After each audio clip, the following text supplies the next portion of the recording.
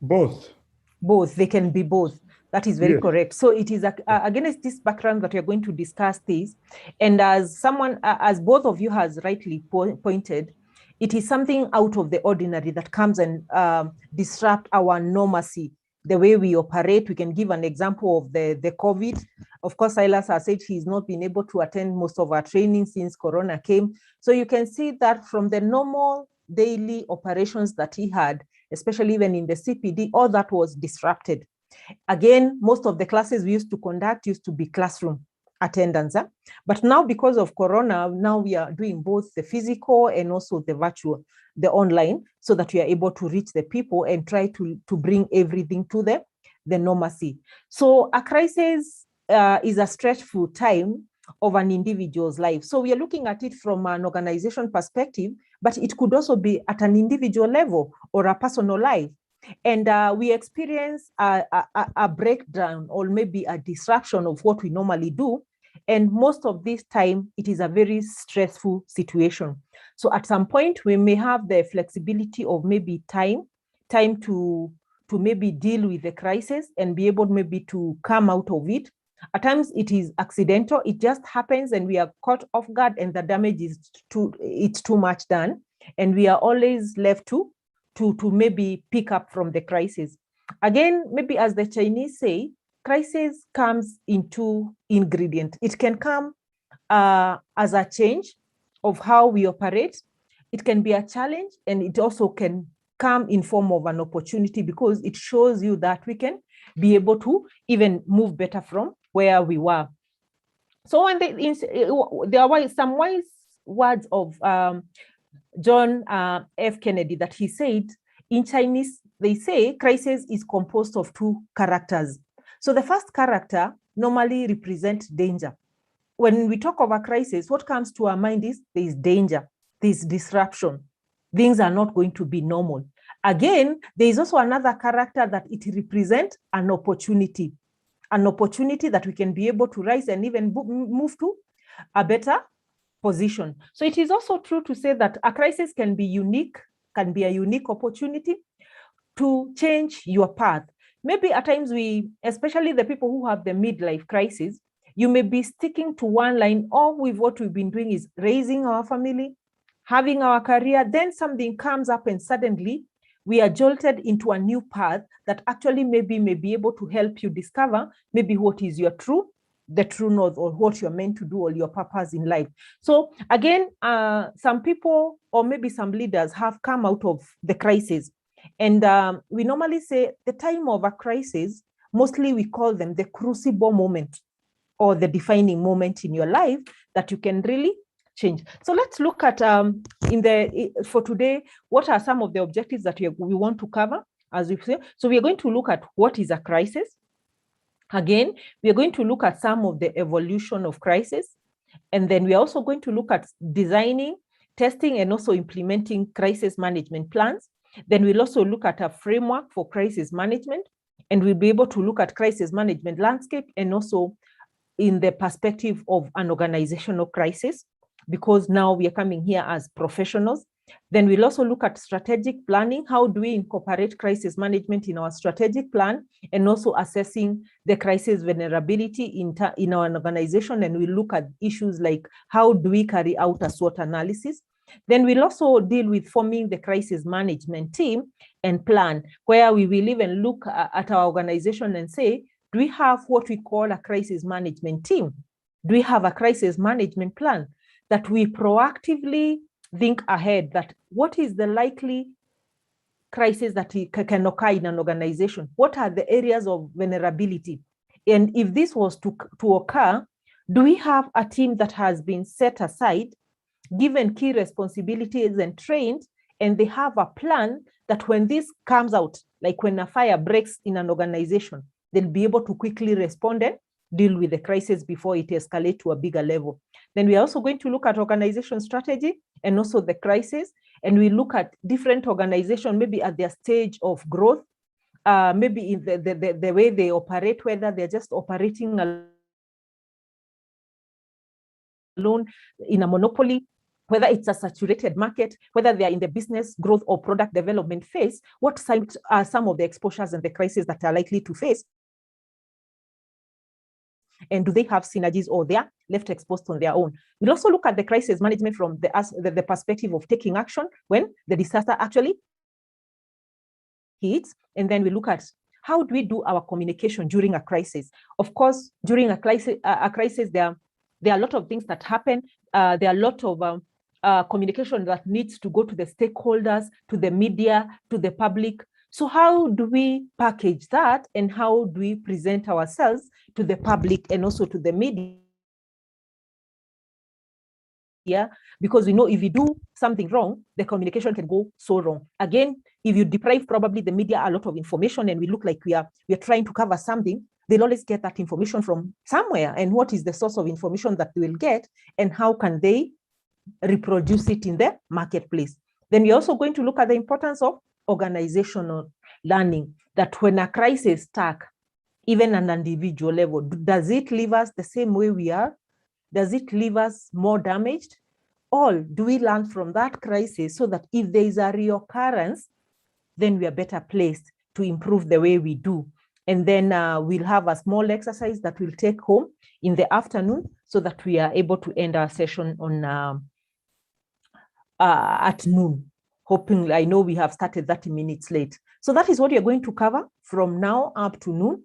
And I hope we'll be able to cover all that. So of course, we have said what makes a crisis. We have said it is an expected occurrence, or an occurrence that comes when we least expect. At times it gives us time, at times it's accidental, and it goes full throttle. So I can give an example of maybe at a personal level or an individual level. Let's say some of the crises we have looked at examples could be loss of employment.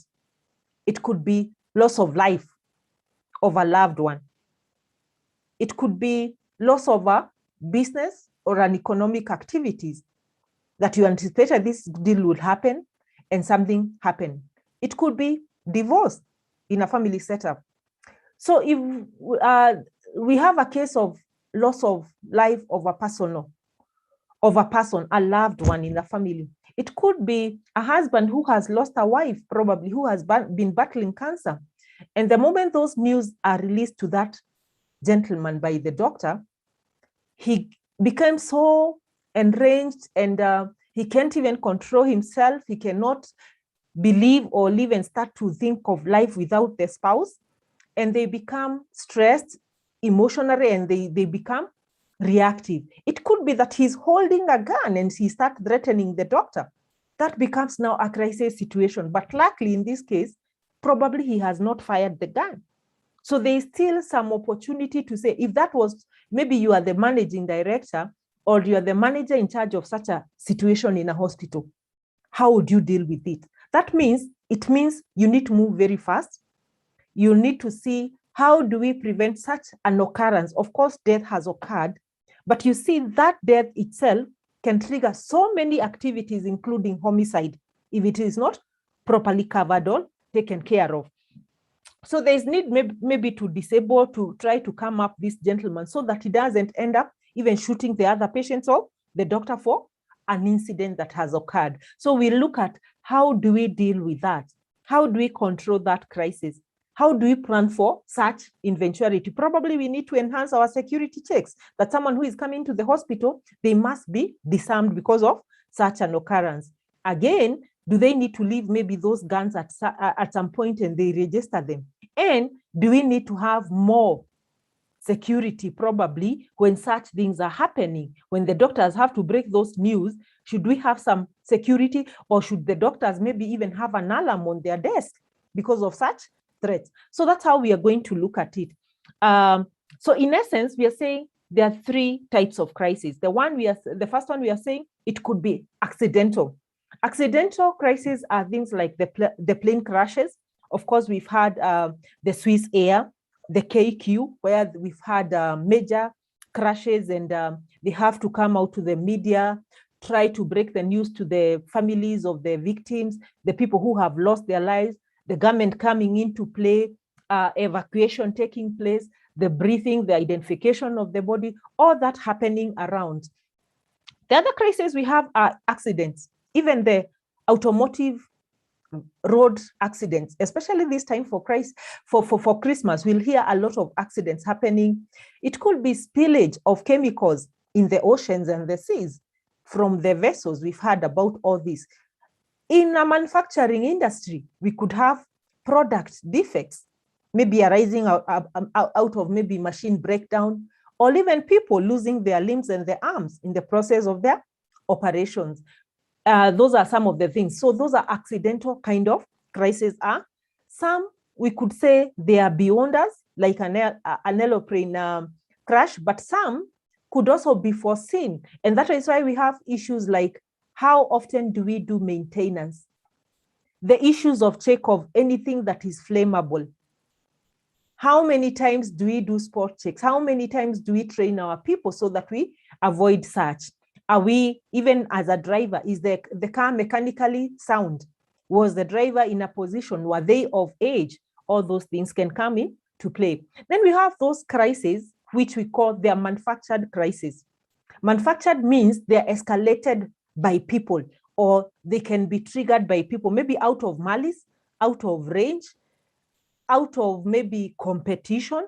Those are manufactured crises, and they are very difficult to. And we'll look at examples of the brain spa, which was probably it was an innocent proposal of dismantling a vessel that was in the sea, but then we could see some environmental activists who brought a lot of issues to Shell and had to bring a lot of questioning. So it became a big crisis, and we'll look at that example. Then the third one is when these are crises that escalate from an accident. When an accident occurs, how it is handled, it can escalate into bigger crises. Yes, so this is some of the examples that we have. This is the crisis that we had in 1998 of the Swiss Air crash, where we lost 229 people. For those people who are still around, that was probably before you joined campus, or maybe earlier than that, or maybe for some people, they didn't even hear about this. So this was a crisis of a major accident. And there are many versions of why we had this Swiss Air crash. Some people said there was a wire, a default wire that caused the plane to and then the combustible items that actually made the flight go on fire.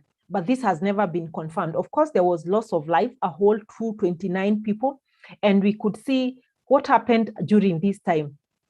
The airline was very quick to come to the media.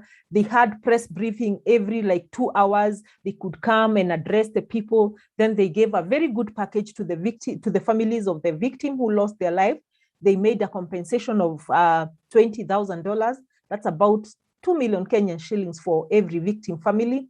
And this generous actually gesture, the briefing, the warm response they gave actually made the crisis very manageable, and people were able to really appreciate. So people were able to not look at majorly what caused this, but how they reacted to it made it it is a very big crisis, but they made it more manageable to the people.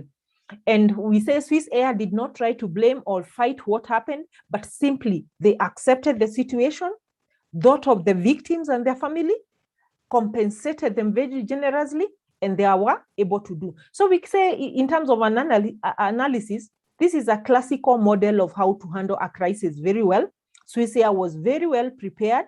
If it reacted swiftly, sympathetically to those who had been bereaved, and handled the media well with updates on the website and the regular press conferences. Then let's look at this other case for what you're calling the green group, or the non-governmental organization, the environmental activists, and how they made a crisis that seemed so simple to be escalated. So the first time we looked was the accidental kind of a crisis. Then the manufacturing crisis, we'll give an example, just allow me to read.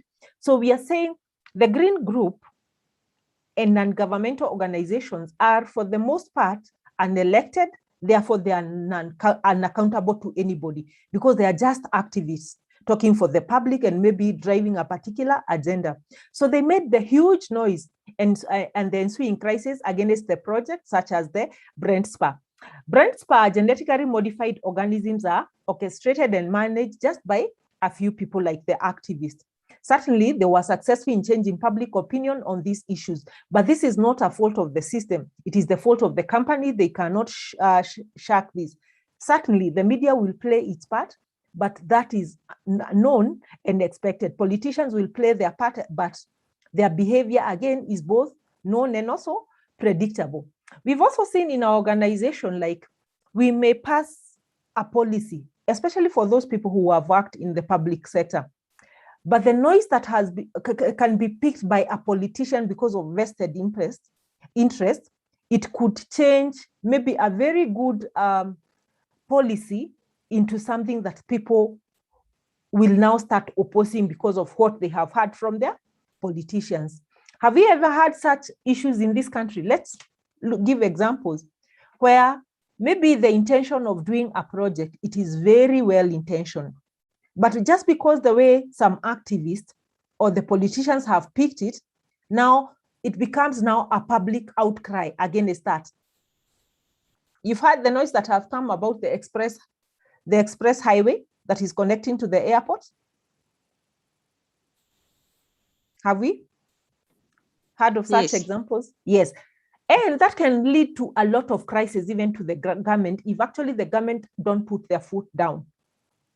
These could be a well-intentioned because it's for public use, but then we might decide to look at the debts that have been taken. Of course, we don't agree with how much debts we've been in this country, but you can see how a well-intentioned project could be turned around by activists. And this is what happened in this case. I'll just skip them. So let's look at some of the characteristics of industrial crises that happen in an industrial setup. So we say industrial crises have a number of key defining characteristics which are discussed as below. So there must be a triggering effect. What is it that triggered this to come about? Maybe even loss of employment. What triggered that? Could it be it's because of the corona crisis, that a lot of people have lost their job? There was a pandemic that was never foreseen, and organizations are not able to continue or to be commercially viable, and people have to lose their life. Could it be industrial exposures?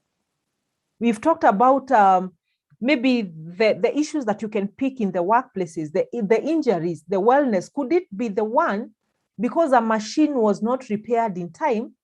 We didn't do the quarterly maintenance. It caused an accident.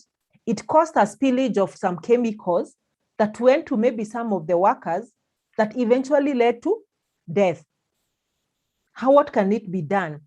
Then how do we respond to a crisis when this happens? Because probably it's not the first time. We had the triggering event. We had maybe some signs that were actually coming up out of this. What did we do to them? The way we respond to a crisis actually defines the success or even the failure of any crisis, or whether it is going to be a danger or is going to be an opportunity. Then we also have issues of large-scale damage to human and also the environment, especially at this the time. Of course, we are at the automation stage. When we were at the industrial stage, evolution stage, we could see a conflict between the human and then the environmental damage, where we are looking so much into business commercial sense. We are looking at increasing our productivity at the expense of the communities and our environment. So you could see a lot of manufacturing industries polluting our environment, and also people living and the communities living around, bringing about a crisis. We've heard maybe in Kwale crisis about organizations that were using asbestos for their roofing. And this has caused cancer, loss of life to the communities who are living around there. Also Kisumu, we had those scenarios. Then we also have crisis resolution and crisis extension. How we resolve them, whether they are likely to escalate or maybe bring to an end.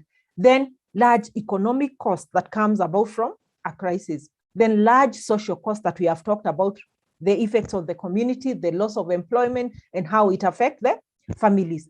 Then multiple stakeholders involvement. Of course, when a crisis happens, it involves a lot of stakeholders. Who are the stakeholders in your organization? Who are your consumers? Who are your suppliers? The issues of the media, the issue of the government, the service providers like the emergency, the firefighting, all that. It brings a lot of stakeholders, including your family. If something was to happen in your organization and it shuts down, your family is also affected because there is the loss of income. There is also the distress that comes with them. Daddy is not home. Mommy is not home.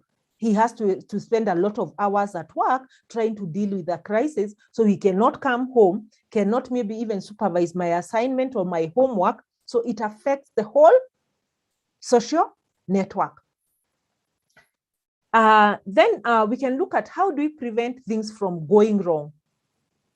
Can we? Do you think we can prevent things from going wrong? Let me hear from you. Can we? Yes, we can. How? And maybe some situation?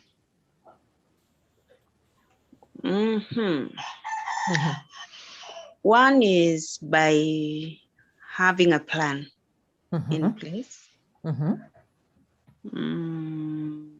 Like when you talk of financial crisis. Yes.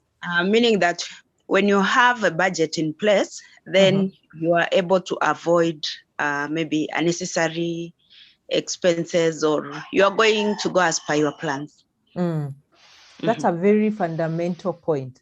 When you talk about planning of crisis, it is very critical. You know, for some of us who've been on a career for a long, long time, we've been raising families, and us, I'm happy that we are in HR. One thing that we keep on preaching to our employees is personal financial management. Have we ever sat and thought, even as the managers, the HODs, the leaders in our own capacity, that this can occur to us? We always say we should always have a saving, an emergency plan that you can survive for about 3 to 6 months. We always recommend 6 months without a pay. How will your life be? If tomorrow you go back to the office and you're told, unfortunately, the company has shut down, or your company has been brought down by fire, and unfortunately, we can't continue with our operations, we have to close. Of course, we have our CVs which are polished, but do you know it can take you a year or 6 months before you get another job, all before the operations come. How many of us today can say, if this was to happen comfortably, I'll continue servicing my loans, I'll continue paying my mortgages if you have, my kids will still continue going to the same schools they are going for the next 6 months without an issue. The issues of cash flow. Or is it that my money, where I've kept it, I've put them in long-time investments, like buying of the plots, and that time you're not able to liquidate them? That's a rhetorical question. Can we answer with a lot of confidence to the affirmative? Silas, can we say that definitely we can be able to do that? Yes, we can. We can, yes. Then at the beginning of every year, we normally come up with resolution. This is what I want to achieve for the next 1 year. How far do we put them? Do we follow them through to the end? Of course, for me, this is a reflection. They are rhetorical questions that we ask. And do we continue preaching to our staff that this is how we should? Again, we have very good strategic plans for our organization, 5-year strategic plan that we always go to Naivasha, we always go to Mombasa and Kisumu to review, to evaluate our strategic plan and see how well they are going.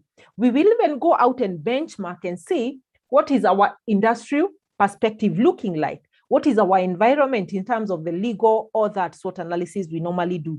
Do we bring that to our personal lives?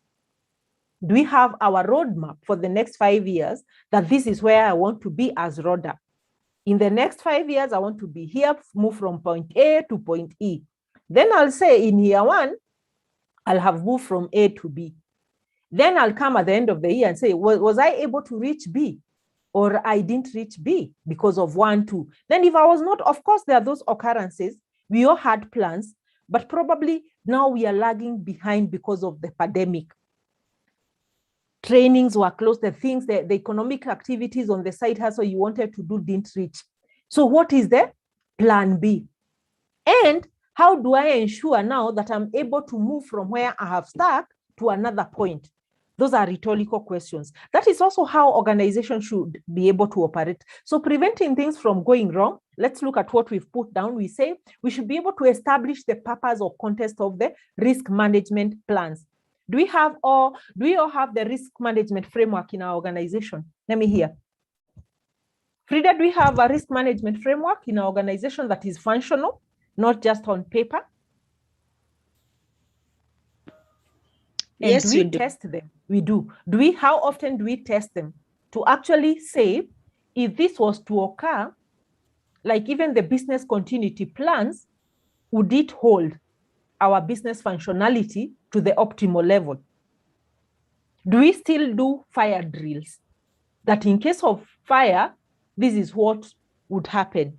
Do we have call trees, even as HR, that if something was to happen and we don't know how to account for our people, the HR will have a register of all the people with all their contacts at home, whether she's called at the middle of the night, she'll be able to contact or her employees, whether through a call tree that I'll call all the HOD who will call, and do all the HOD have the contacts for their entire staff, that on a weekend, back at home on Christmas, if they are called, can you contact all your employee in the department and get back to HR whether all of them they are safe? Are they able to do that?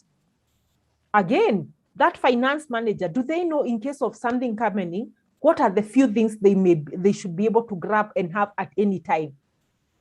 In case something happens today, who are the ones who are going to be called at that point of the crisis?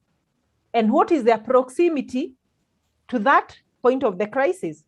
Or Rhoda is the contact person. By the time she's being called and she's supposed to rush to the office, she's so far, she'll be complaining of traffic. And by the time, like our county fire extinguishers, they'll come to the scene 5 hours after the villagers or maybe the community people have tried to put out the fire with the water in the buckets.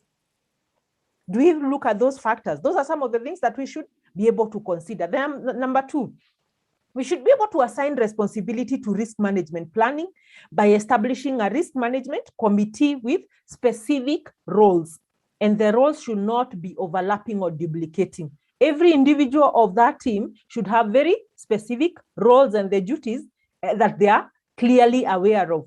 And beyond them understanding their roles and duties, they should be able to know their counterparts. If you are 5, 10 people in that committee, I should be able to know as Rhoda, what are the responsibilities of Frida? What are the responsibility of Peter? What are the responsibility of Silas? So that we are able to work in a circuit and like a conveyor belt. They should be able to acknowledge and identify your organization risk. Where you operate in your environment, what are the risks that are specific to your organization?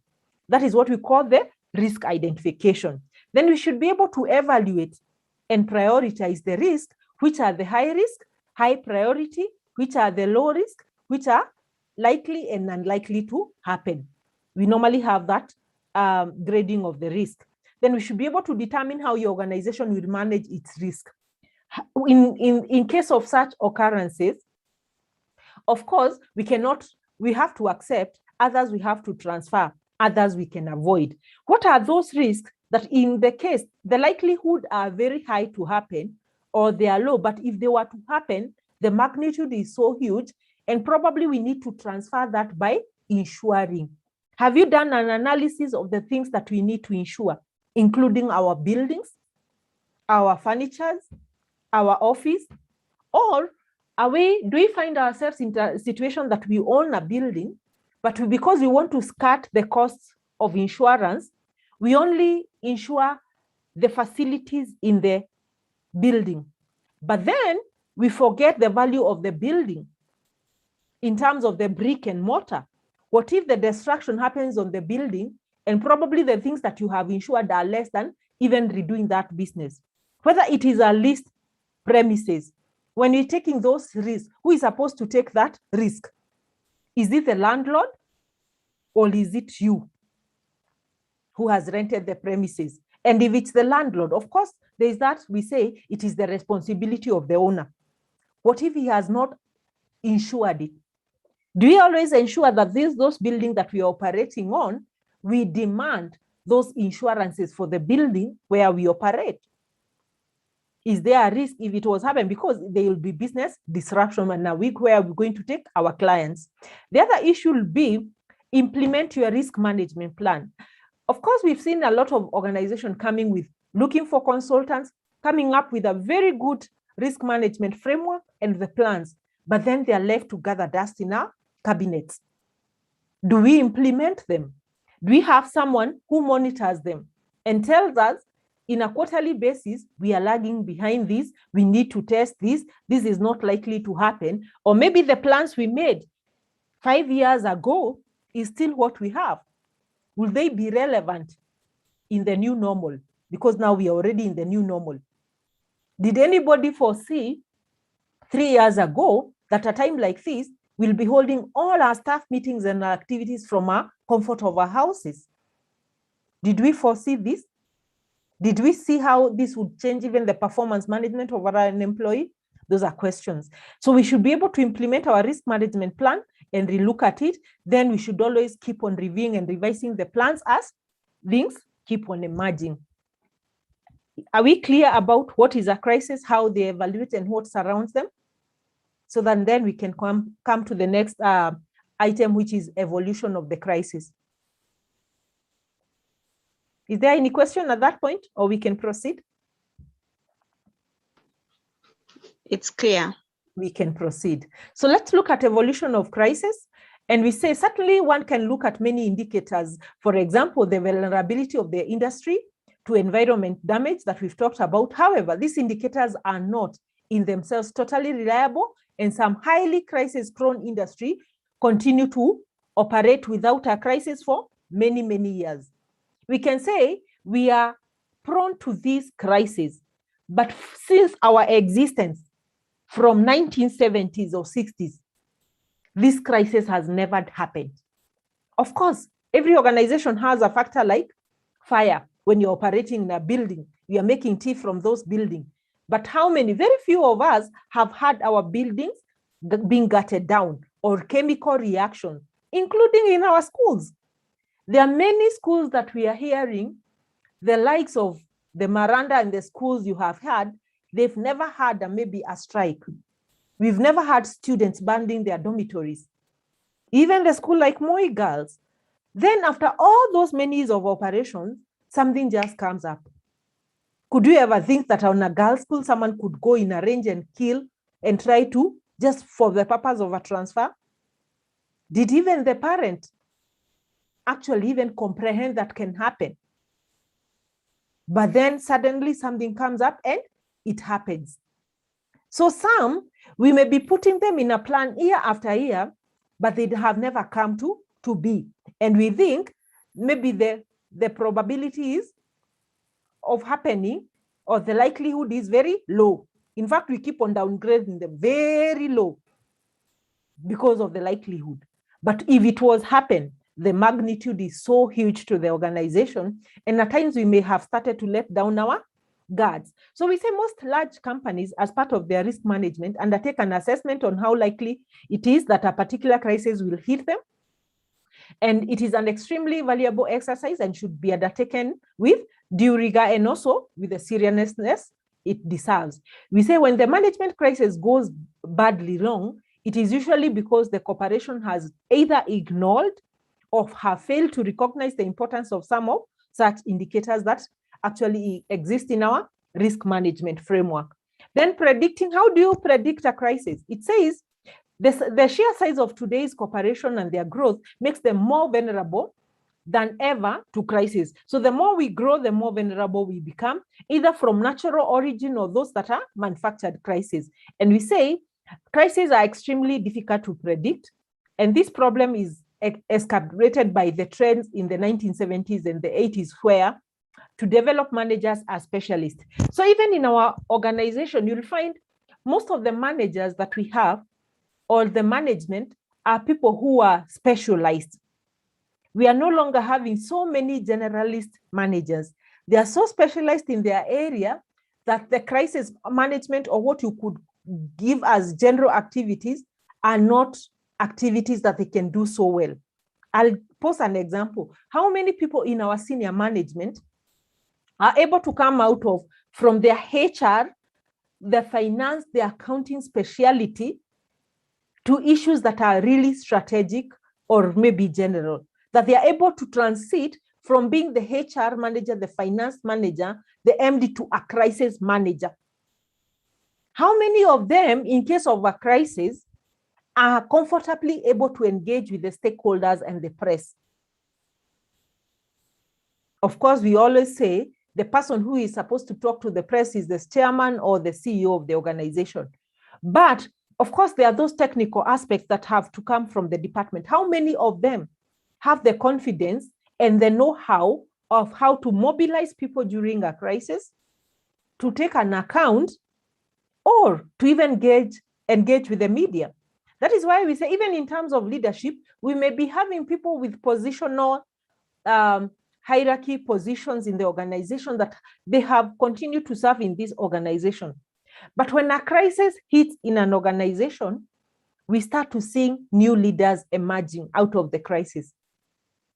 In any crisis you have seen, in big crises in this country, there are people who have just come out from nowhere. You've never heard about them, but they come and steal the show because of their responsiveness. Look at the case of the Westgate. You remember the bombing of the Westgate Mall?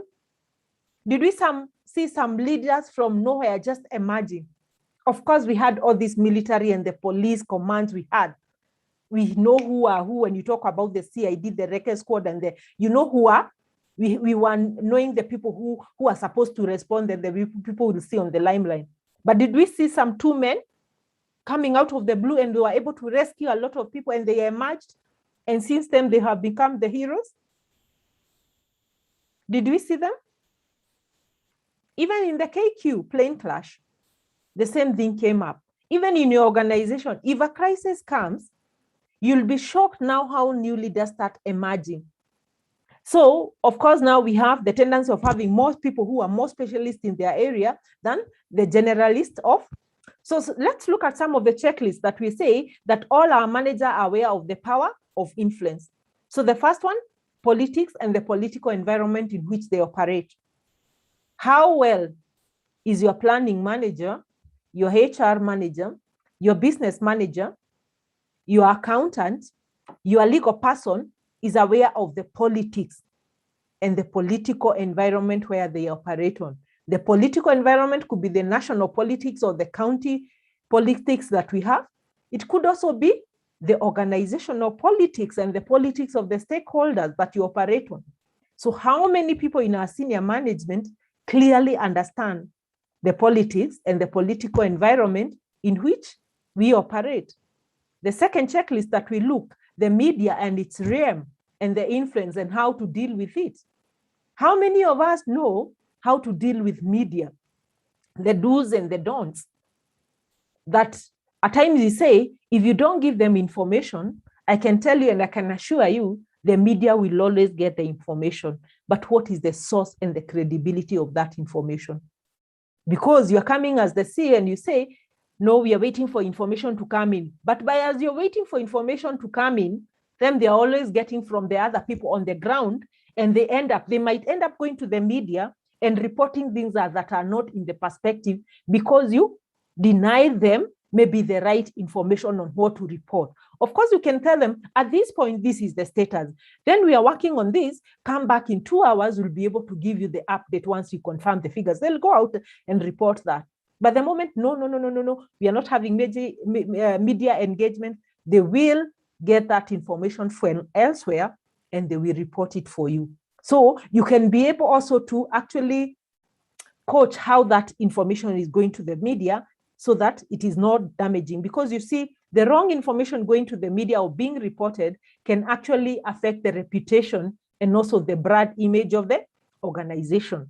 The value of companies' reputation, I think I've spoken about that. How do you manage our stakeholders? When your organization is on a crisis, have we mapped out our key stakeholders? That when this happens, just not our employees, not just our customers, our suppliers, who are the other interested party, and how do we deal with them? Have we allocated people to deal with those various stakeholders? The CSR, the corporate social responsibility, how do we deal with them?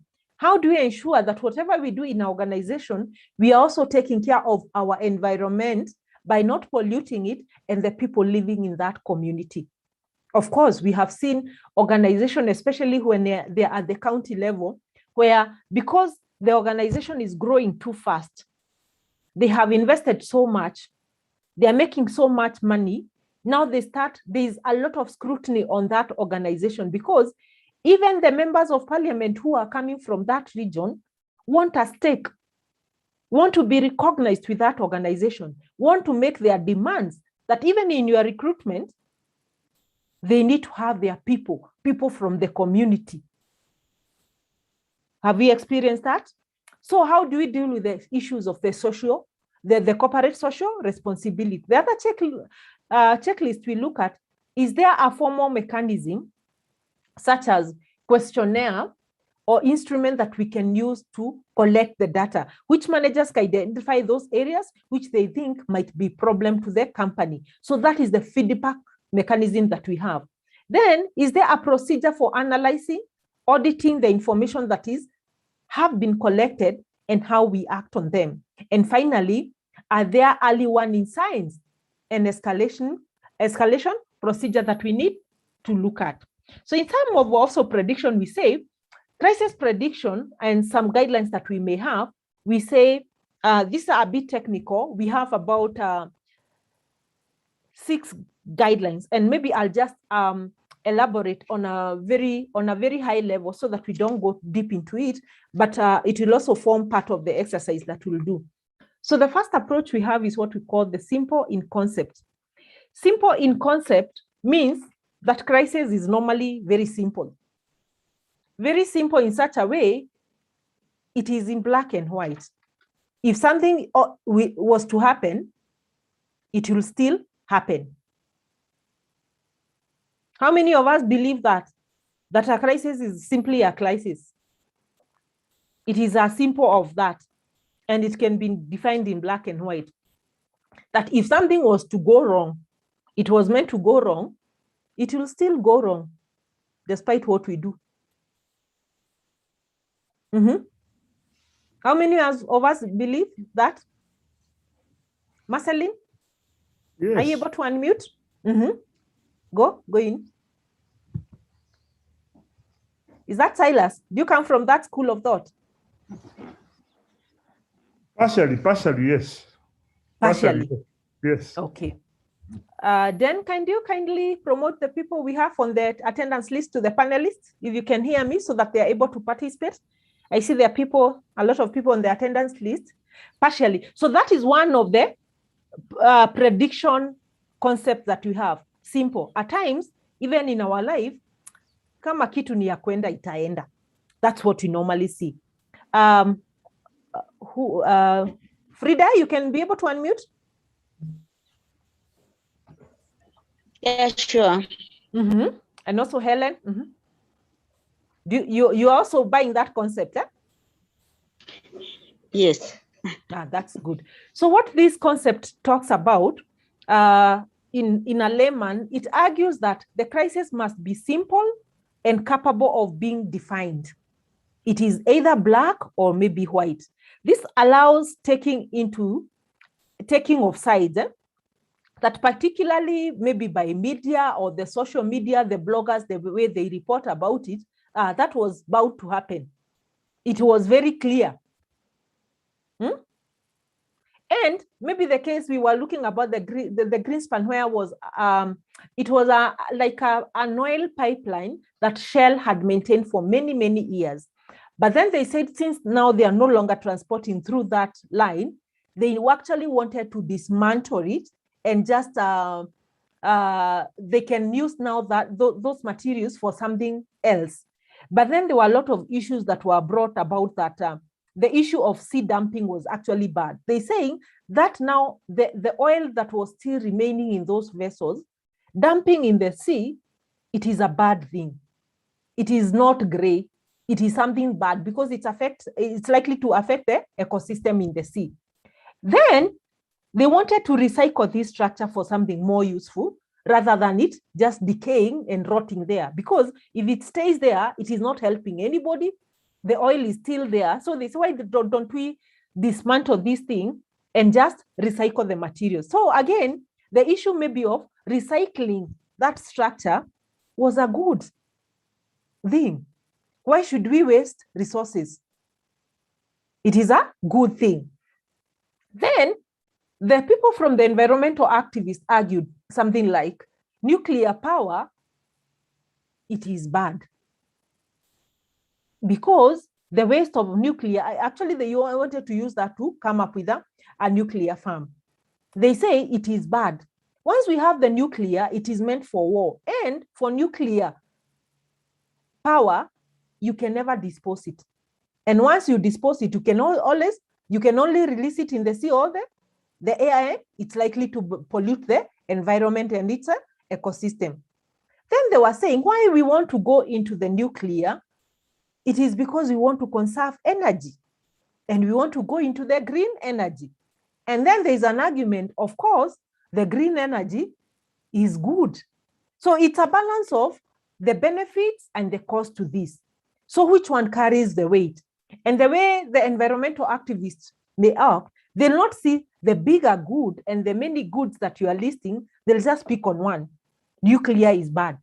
It is going to affect the ecosystem, and that carries the day because of the way they are able to make the noise and change the public opinion. That now becomes the concentration of the entire public against or to the detriment of maybe what this big organization was trying to do. So that is it. That is what we call the simple concept. Then the other one we can talk about is, yes, Silas. Can we say that simple concept is Murphy's law? We will come to the Murphy's law. There is also that one. We look at it as the last and we see how it relates to that. But it is very closely to that. Thank you. Because the Murphys will have something like, we can plan for all this. We can put all the mitigations in place. But until something goes wrong, that is when we'll know the planning was not adequate. But they are very closely interrelated, actually, and linked. Thank you very much for that. Any other question before we go to the scientifically complex? How the scientists now argue?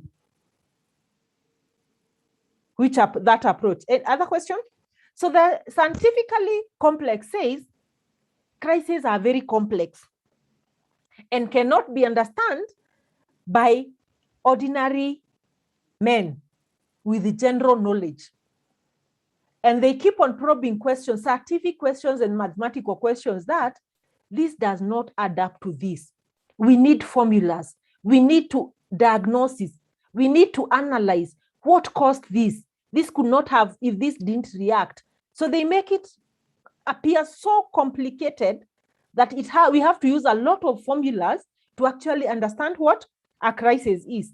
They argue that science surround the crisis is extremely complex and incomprehensible by ordinary people. They also need that they argue that we need specialists, scientific analysis, e.g. that case maybe for the Brent spar that we had looked at. We say they'll analyze things and say, if we were to dismantle this structure, how many pollutants are in that structure inside? How many chemicals are we talking about? What is the nature? What is the composition of those pollutants that we are talking in that structure before we even discuss anything? And then they'll say, how much damage would they do? So they also want to know the extent of the damage that it's likely to cause. Is it 60%, 40%? And you know that can only be calculated for you to know before you make a decision. Then they'll also pose a question like, would the sunk structure create a haven maybe for the sea creatures on the ocean floor? So if we sink it, where will it go? Will it be a safe haven, maybe a house for the sea creatures? You normally see how we normally dump issues like ferries. You have seen very old ferries, the way they are normally sunk into the floor of the ocean, and then they become home for the sea creatures at the bottom, at the floor of the ocean. So they'll also ask, and how many of these creatures will also find a home there before we make a decision whether to sink it or not? Those are now the scientifically complex kind of argument. Is it clear? Have you heard these people even in our workplaces? That when you bring a narrative, they'll say, how many people are we talking about? And how many in the families are we talking about, rather? So if 5 people are going to lose their job, those 5 people, how many beneficiaries do they have back at home? How many have 2 wives? How many have kids? Then they'll continue and say, how many of those kids are school going? Again, how many of those kids are working and they are not dependents as per se? And then, how much have you calculated the livelihood that will be lost in there if they were to work up to retirement? Those are now scientifically, have you looked at how it is going to affect them psychologically? So they make a crisis become such a scientifically complex approach. Then we could go to the data rich. What does data rich approach of predicting a crisis say? How do we approach it? It is use of information and data that before we make any decision, we have to have data and information that is speaking and predicting to that crisis.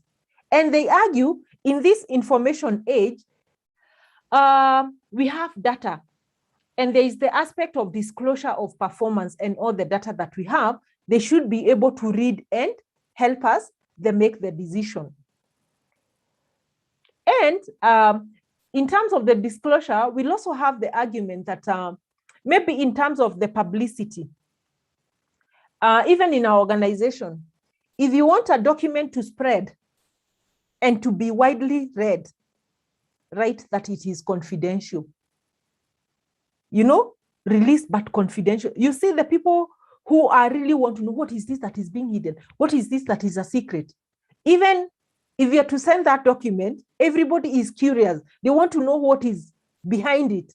What is the secret? They will read to the letter, from the first letter to, that is the information age we are talking about. We can see how even the bloggers or the gutter press, you see the way they bring up their headlines. It is encrypted in such a way that it looks, there must be something to it. So it entices people to read and to find out what is this that is being talked about. And it becomes a strategic way for the people to look at. Then let's look at the slogan. What is a slogan? Does the organization have a slogan? What is a slogan? Let me hear. And how do you think it empowers or it helps people to come up with to actually understand the details better? A slogan, use of a slogan. Anyone who'd want to give it a try? What does the slogan ability argue?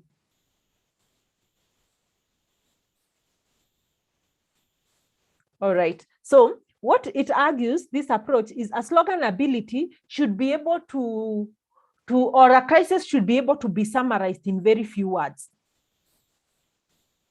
That if there is maybe even the time you come up with the fire exit, do you normally use a lot of write-up there?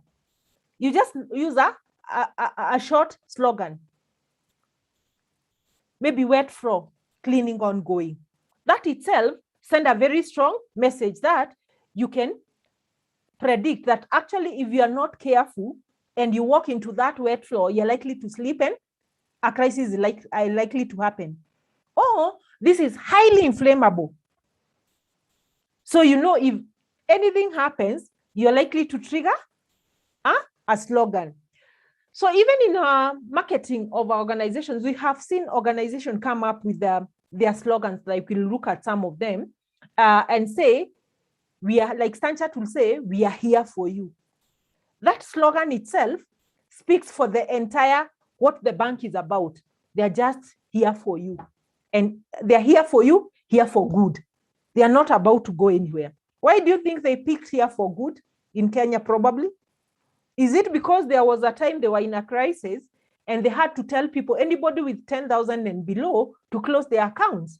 And most of the branches that were operating in the villages, they were all closed down because maybe that did fit their clientele. What do you think that left in the mind of their customers? That probably, if I didn't have a balance of 10,000 and I was told to close my account, and then they closed my branch because it was a village branch, this bank must be relocating. But the moment they saw that worked against them, probably they said, now we are here for you. Whoever you are, they even started going out to look for, now they are going out to look for their customers, not waiting for customers to come to the banking one. They wanted to actually assure their clientele that they are here for them and they can go for them. And then also to tell them, we are not going anywhere, as the speculation has been. We are here to stay.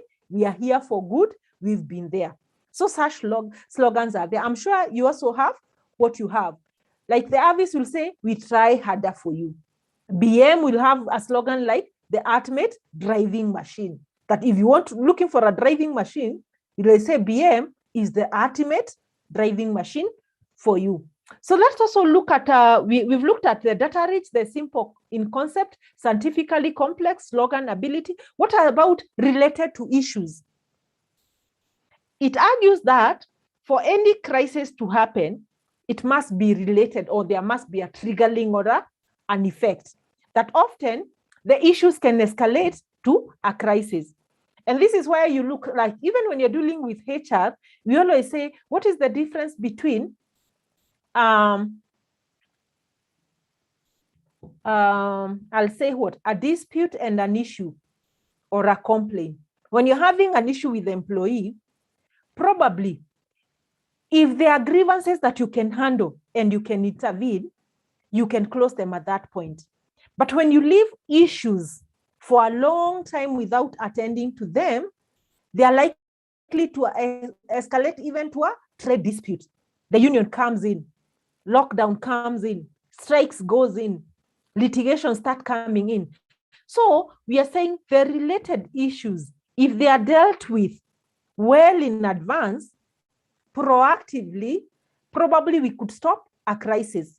But when we sweep things under the carpet and we allow issues to keep on building and consolidating, eventually they may burst out and become a big crisis. So that's the argument with related to issue kind of a crisis. And we say issues remain non-issues until they become a crisis. And then we can say crises are also open to speculations. You just open to speculation. And finally, now we can talk about what Silas raised about. What about the Murphy's Law? What does Silas, could you tell us something about your understanding of Murphy's Law? Just tell us something about the Murphy's Law. I think Murphy's Law, I think it's some simplicity. Some simplicity saying that if anything will go wrong, it will go wrong. Yes. And that happens actually. Majority of these things will, and the characteristics of those Murphy's Law, it's actually what he has said, that in planning, it is always well, we plan to the last minute, but until something goes wrong, then it goes wrong. And now we are going to the Christmas period and the festivities. Yes. For there are those people who work in the financial institutions. Yeah. Sorry?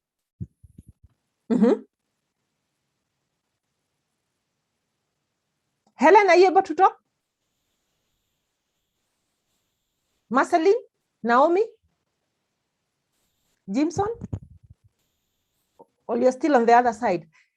What happens? I'm saying the people who work in the financial industries, they have survived, they have the cybercrime, they have all these things, mitigations, big systems, they have the insurance, and they plan and they have foreseen all this. But when you least expect, when you have just closed for Christmas, you'll even have people going on shift, working there. But just when you leave the office like this, you've been working maybe in an office for 2 days. When you just live like this, then a socket bursts. After you've done and ensured everything is working, something just crop up. And that is why you say things will always go wrong. So when you least expect, like we have closed for Christmas, these things have not happened. We have never been hit by a cybercrime or a fraud. But then all of a sudden, in the eve of the Christmas, in the eve of the next year, someone sitting in JQuat decide to sweep clean all the dormant account. Or one of the staff just decides to collude.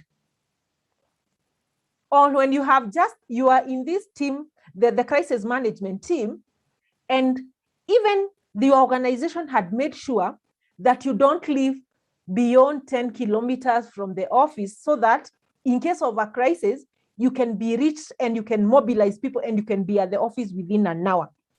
And you have served in this committee for the last 5 years.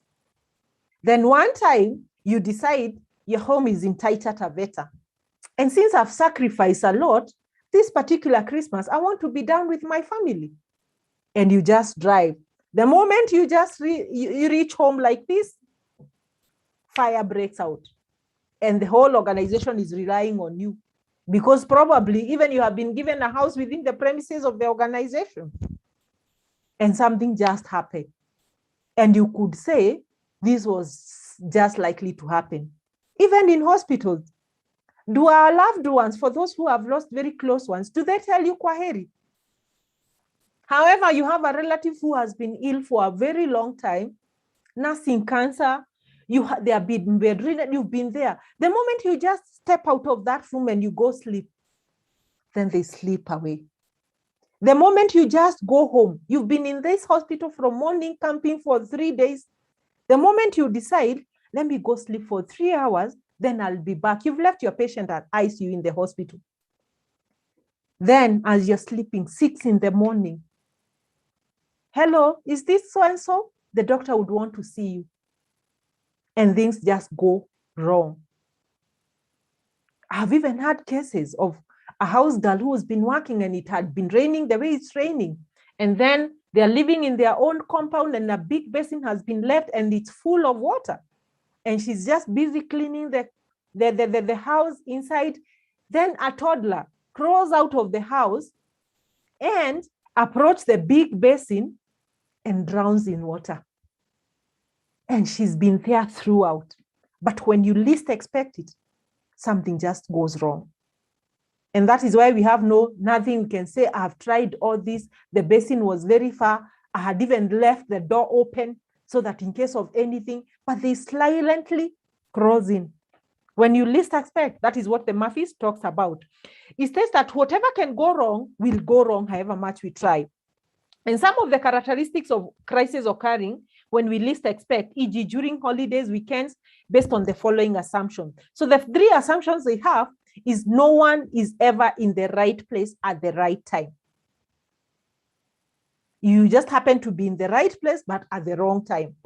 Maybe when the tree was falling. When this lorry was busting, you remember that accident in Naivasha? And I think a big truck busted, an oil tanker just busted into flames. Yes, you are going to Nakuru. You just happen to be on the right place but at the wrong time. We've had accidents say, why it not for the delay that someone took too long to, I could also have been in that. Then the next assumption is many mafias will come to the fore. The things that people which generally operate to the highest efficiency, at that point, they may suddenly fail. That Rhoda has been so effective. She's the one that we've been relying on. But when these things happen, she was found guts down. And it just strike. And that is why we say in that position, at her weakness and the most vulnerable that people can't even believe, you'll see now other people's like Cyrus coming in to seize in the moment and they start emerging as the new leaders. They may not be having that position, but someone just notices and say, let me run with it. Maybe you're not the project team, but you can say, this cannot happen when I'm not there. So eventually you just move in a crisis. And that is why we are saying, when you're selecting your crisis team, you also have to look at the people. When you're selecting the people in that committee, they should be able to be people who are responsive, who cannot be brought down by pressure, who are able to be emotionally stable and move in the crisis without even information. We look at that when we come. And then finally, for that, mafias, the third assumption is things always get worse before they actually start shaping out. Before they start getting, we have to get to that. We also have that saying that say, it gets the darkest before dawn. So at that point, if things have to go wrong, they will go wrong before they start coming up. Is there a question about all that? So with that explanation, I may not go slides by slide because it's what, and I hope I decided to just say the way it is instead of reading so that we are able to follow in the assignment data rich. But you'll have these slides so you can be able to look at them. These are some of the slogans we have. The ultimate driving machine. This text talks about we try harder. Then there's another one that says in terms of the disposal of the nuclear waste, and what was being brought about is out of sight, out of mind. Once we go nuclear, we'll never know when these things are being released. It's not something tangible that we can say, don't dismantle, don't do this. They'll just come. Then the law of the absolute. We talked about there has been some elements of doubt within the debate, which is why scientifically complex and data-rich projects make ideal environmental issues. There's a corollary to the law which says, the more you know, the less you know. This is the law of the absolute, that you can never be absolutely sure. When you think you know it all or you have all the data, then probably the less you know because you need to keep on investigating. So they say, so as science advances and more complex instruments are developed that are capable of identifying the presence of even more minuscule level of substance, the new difficulty it becomes to proclaim anything safe. So we can never be certain. That is the law of absolute, that we can never be sure. We may think we know, but there are a lot of things that we don't know. So, and more, as science makes advances, it throws new light, but it also shows how imperfect our knowledge is. Hence, the law of absolute. Naturally, environmentalists love the law of absolute. They love operating in what we call the vagueness. It means that there is danger inherent in everything, which they are happy to point out to anyone who will listen, including the media. This is, I think, closely attached to the scientific, because there's nothing that is as clear as black and white as we had purported in the simple in concept kind of prediction. Then related to issues, I think we talked about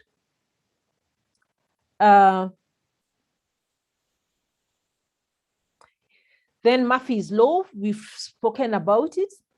And Murphy's law, let's see what it says, that the planning practicability is all very well, except for one factor that no one can predict, Murphy's law.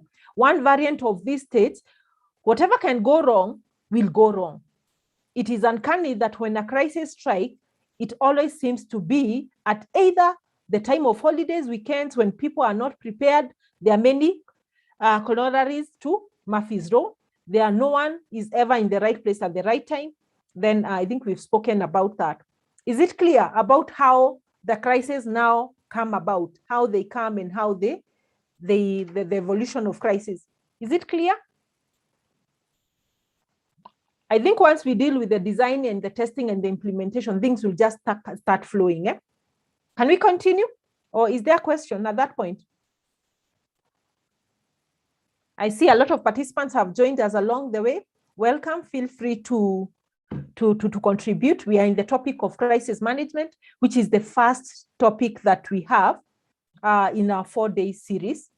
And we agreed the first one will start with crisis management, which will deal with it tomorrow, today. Then tomorrow we'll have problem solving, which will be taken by Catherine Wamwangi. And then finally, I said I'll come back on day 4 to deal with the root cause analysis. Because as per the theme of this symposium says, it is looking at the challenges, the issues, and how we come up with solutions at the workplace. Any questions so far? Silence means we can move. Does that mean so? Yes. Yes, it does. Okay, great. So let's look at design, testing, and also the implementation of this crisis management. And when you're dealing with design, testing, and implementing, we look at the process. It is ideally talking about the process. And just an overview, we say putting a crisis management plan, as Frida had pointed out, that some of the crises could be prevented through planning at individual level, at industry level, because there are those planning that has to be taken jointly, and also at the organization level. And we're saying putting a crisis management plan into action does not have to be a long process. Then we are saying, however, it does have to be approached methodically. And there are three important elements of any crisis management plan that has to be put into consideration. So the three elements we are talking about are which one? The first one is people. When you're coming up with a plan, the plan has to be driven by the people. And when I talk about the people, I'm talking about the crisis management team that you're going to put in place. And it has to be at different levels, from the highest level to the support level. The composition of the people, the mix of the people, the qualification of the people, the temperament of the people, it is very key. So we need to have a skill set, a mix of skills for a team that will be able to deliver in case of a crisis. So the first thing is identification of the players of this plan. So we identify the individuals, we look at their competencies, their skill sets, and then we put them aside. We also look at things like the personality. Then the next element is the process. Once we have the plan, we have the people, what are they likely or what are they expected to execute? So the process has to be clear that in case of a crisis, this is where we will move from point A, we take a point B, when we reach point C, then what happens? It has to be very clear from the start to the end, including assignment of the roles, who is to do what and what. And that process has to be documented into what we call the guidelines and parameters so that they are clearly understood by everybody in that team. Then, as we look at the people, now we have the process. The people have to be well equipped and to be left in a place that they can make the decisions when a crisis hits. That we don't have so much bureaucracy that when it comes, the people are not empowered to carry out their respective roles. So the first one is the people, then we look at the processes, then the third element, it is the environment. So when we have a good plan, the people and the processes and the guidelines, everything well articulated. On what environment are we operating on? What environment are we likely to expose these people to work on? Do they have the resources? Have they been empowered? Or they have to keep on seeking authorization? Are they free to make decisions and move? Is it an environment that they are expected and give the leeway to try what will work under the circumstances? Then we'll deal with the other issues later. Or they cannot even authorize a firefighting equipment or an extinguisher to start working until the CEO says yes. They cannot even be able to proactively come up with a budget and implement before the petty cashier, the head of finance, have signed this and this. So we have to create a conducive environment that will be able to actually enable the people to work.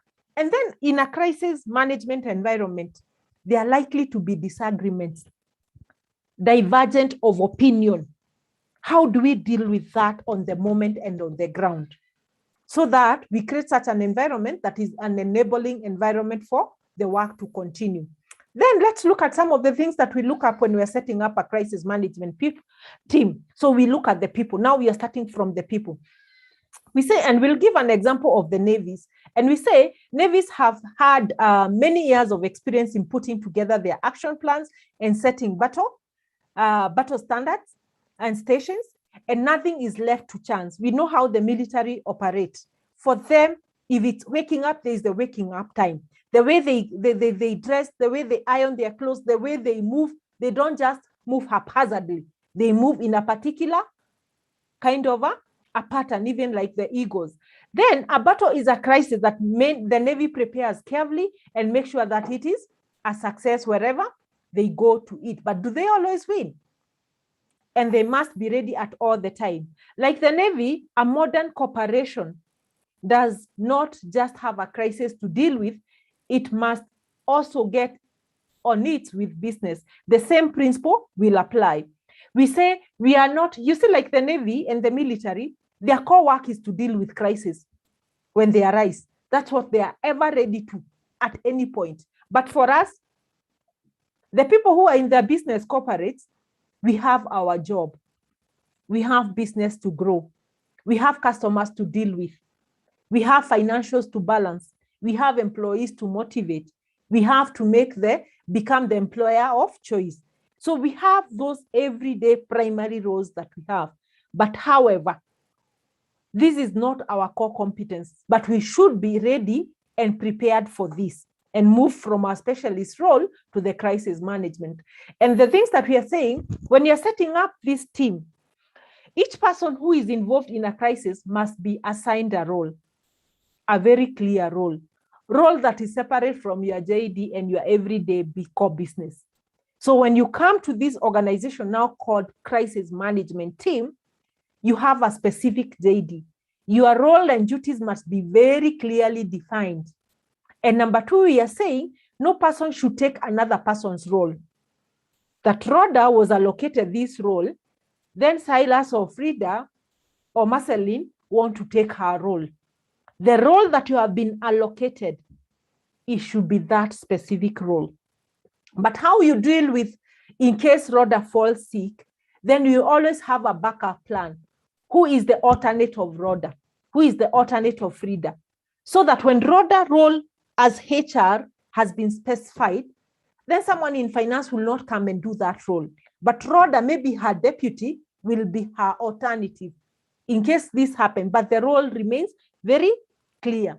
Then the third one say, each person should be fully equipped to handle the role. Yes, I've been assigned as this role. I'm the CEO of that role, and I'm the contact person for that role. I have to be fully empowered with the resources and what it takes and all the information, even how we synchronize and the reporting during the crisis to be able to carry out my role. The fourth one, each person must be tested in the role. This is why we say we have very good crisis management plans, but do we test them? We must do a drill. Even when you come up with a BCP, do you run drills to actually see that Rhoda can be tested in this role in a simulation situation to see how well she's doing it, what are the gaps that she has, what are the areas and where does she drop the ball, so that in preparation of a real crisis, she's well equipped. Then finally we say, each member of the crisis team must be aware of the role of the other team members, so that I must know from point 1 to point 5 who is playing and what are the signal, and how does number 2 plug in, how does number 3 down, who is the number 3 and what is their role, so that we are able to work in synergy and we are able to synchronize. Then how do we assemble this team? Any crisis management team should be easy to assemble, and they say within an hour. In general, it should be possible to assemble the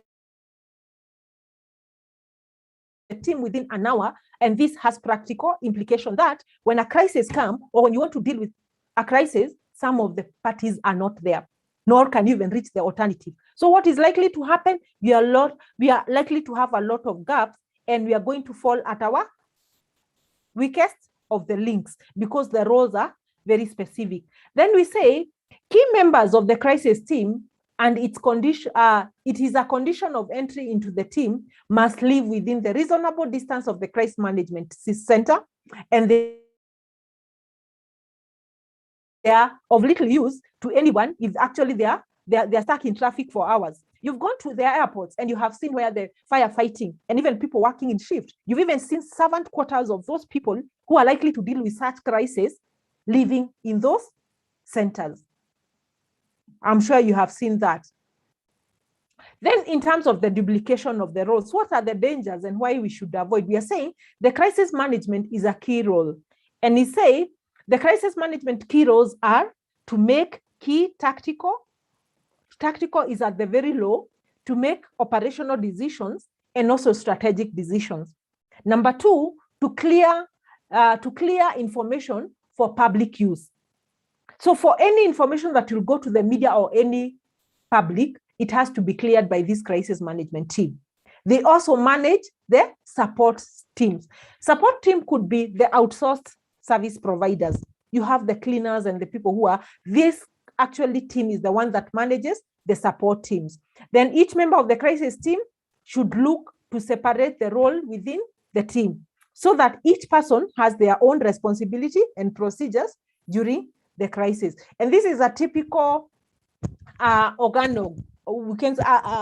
organization structure of how a crisis management team, if you have them in the workplace, how you could organize them. And we have what we call the crisis management team leader, who is the team leader of the entire crisis. And we say this should not be the CEO. When you're coming up with your crisis team, don't put, because the CEO or the managing director is the one who is on top, he becomes the crisis management team leader. No, he's not. This should be a different person who has the ability to do it. Then at the second level, we'll have the secretary and the CEO. Of course, and the CEO should not be at the crisis center.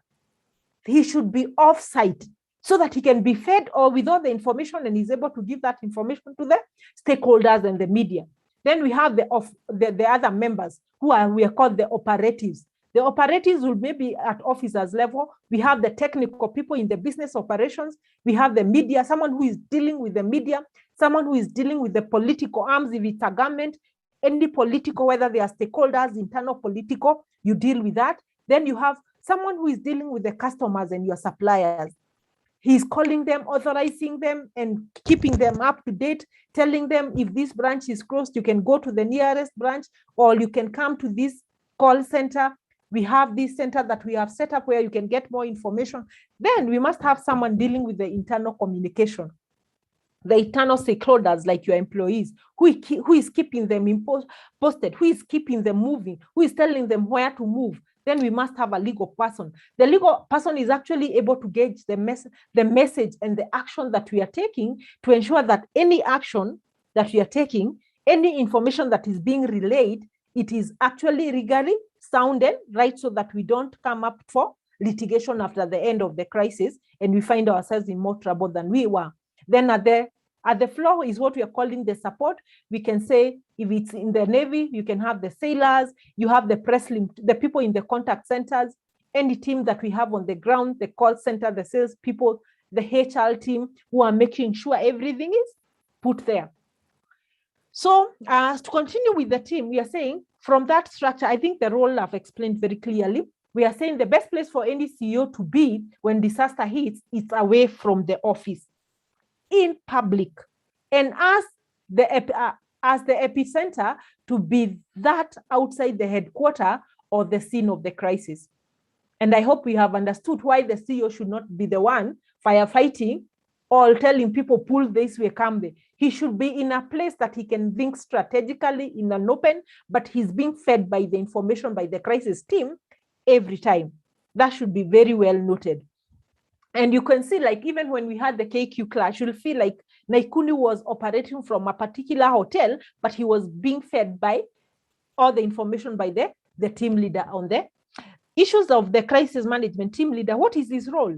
Again, using the Navy analogy, the most high-ranking admiral or subservient to the ship captain while he's on board, that he's the captain ship. So this is the person who is on the ground and directing everything at the center of the crisis. Of course, the secretary who works very closely with the CEO should be present at the crisis room and have full knowledge of the company and its procedures. So we are not talking about that it has to be someone like a PA to the CEO who understands all the procedures and the environment and the business, not just a secretary whose work is to type. It is someone who can accurately relay the information the way it is and understand all the stakeholders and the business and the environment to be able to give the right.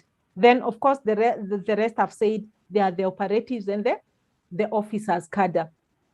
Then the team, this is just a continuation. What does the media people deal with? The officer in charge of the media is in charge of the media and will liaise with the reporters, organize press release, the news conference, ensure that everybody is fully updated at all the times and they know when they can meet the CEO, the next briefing, they keep them updated and they are able to control the information. Of course, the public affairs may entail liaison to the pressure groups that are there, ensure there is continuous dialogue with key positions and the stakeholders.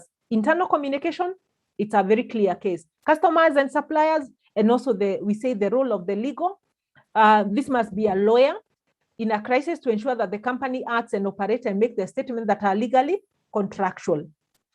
And we are just about to close on the team, then I can pose for some questions. Then maintaining and managing responsibility of the team. We are saying as there will almost definitely be overlaps between each of these sectors and the people. It is essential that each is keenly aware of who is handling what, to what extent, and their responsibility. And by far, the greatest problem in a crisis, and it happens all too easily, is mixed messages. When now people are sending mixed signals and messages, there are likely to be a lot of confusion. And we know that a slight variation are quickly picked up by opponents, your competitors, and they turn it against the company. Also, the media really normally look for contradiction. So they'll come to you, then they get the part of your story, then they'll move to the other manager, and they get a totally of the same situation. So what they are trying to do is size. So you need to understand, even at the crisis, apart from the media and your people, even your competitors are actually wishing for your downfall, and they want to report. You see those ones, even when your clients are calling, they say they have shut down. They can't offer you services. So we have to be very careful of who to speak and how we speak in one voice. That we also say that even when the same message is interpreted by two different people, if this is expressed in two different ways, to the same stakeholder, the result is very confused stakeholder. It is vital that each person retains their present role throughout in order to achieve their consistent messaging. And then again on the team, we say, as any chefs know, getting the right ingredients is only the first recipe. The next step is to ensure that he has the right mix. Otherwise, it's quite easy to end with a finished product that is too spicy or too bland. So they are looking at how do you make the mix in your team. Then we also say that it is true that teamwork is vital in meeting the challenges faced during a crisis. And many companies have examples of teams which are disorganized, where personalities clash, that rather cannot work with this other person, and we bring it to the crisis. Then the key objective is to ensure that the team is strong enough to meet her storm ahead. So we should stand in solidarity, we should be strong, we should be able to work together, working towards the same goal. And we are saying in a crisis management team, there will be representative from a number of different departments from within the business. We always know we have departmental, or what we call the sibling rivalry, that one department feels they are more superior than the other, should be giving order than that. We should know that we are coming here as a homogeneous team, and we leave our offices behind. So we say these different departments come into conflict with one another, maybe even right from their operations, and or however probably believe that their solutions is right than the other, possibly the only one that will maximize the profit and be the best company in the long run. So you'll find, like, for instance, say, no, we cannot do this, we cannot release money, you cannot buy, this is above this, we cannot do that. So we should be endeavoring to work together. We say because of the smokestack nature of today's cooperation, it is possible that those within the team have never actually worked together operationally with one another, because and they will therefore have different views and attitude. So during the crisis management training, where we said the team should be exposed, one should establish all the team members' understanding and their values. Focus needs to be on building trust to each other and get to know his or her colleagues so that they're able to build synergies and alliances and able to work. So even in their training, you could even sponsor things like team building. Ensure that team is built and is synergized so that in terms of the crisis, we don't start now seeing the ugly of all. And we're just going to look at some of the attributes of the team members that we want to actually put. So in terms of choosing the leader, what do you think are some of the specification or attributes or of competencies of a team leader? We are looking for a team leader who is authoritative, someone who is assertive, someone who is decisive, and someone who has the ability to communicate to the command of the people, and they are able to actually listen and deploy the team. Then we are also looking someone with diplomacy. He can be able to deal with all the stakeholders and be diplomatic, even with the CEO, the officers level, the stakeholders, to be diplomatic with everybody. Then the people who are below him, who are the other team leaders, now we are talking about the people who are in charge of specific role. They must be disciplined. They must have very good communication skills. They must be team players. They must exhibit commitment to the cause, and they must be good decision makers, must be responsive, must be able to be calming. These are not people who should be escalating the crisis. And maybe when they're communicating, this one we finished, this one we can never recover from. They should remain positive, and they should be able to delegate to the people who are below them, who are in the support. And finally, in terms of the responsibility, we say, making all major strategic decisions, they should be able to be updating the team and the call center as part of the responsibility, communicate to the top level politicians, communicate with the head office, the parent company and the stakeholders, keep the CEO fully updated as the team leader, and ensuring there is business continuity, because the purpose of this, we want to go back to normalcy and ensure that the business continuity is sustained, and also making approval relating to the budget and so on. So that is the role and the key responsibility of the crisis management team leader. And I think we can leave it there. Then I'll pause for some questions. I know I've taken you through many slides. Let's see a reaction. Anything that you can add? Any clarifications from what I've presented? Let me hear from you. From me. Yes. So the one from me. Mm-hmm. And yes, much as I agree with the structure that you have proposed, mm-hmm. but in certain situations, mm-hmm. I have examples. In certain situations, yes, the CEO requires to be the person at the front. To be the team leader. To be the team leader. Mm-hmm. So I think, and this varies from crisis to crisis. Mm-hmm. An example. Yes. I'm looking at the 2007 violence mm-hmm. in companies, particularly in the tea industry. Mm-hmm.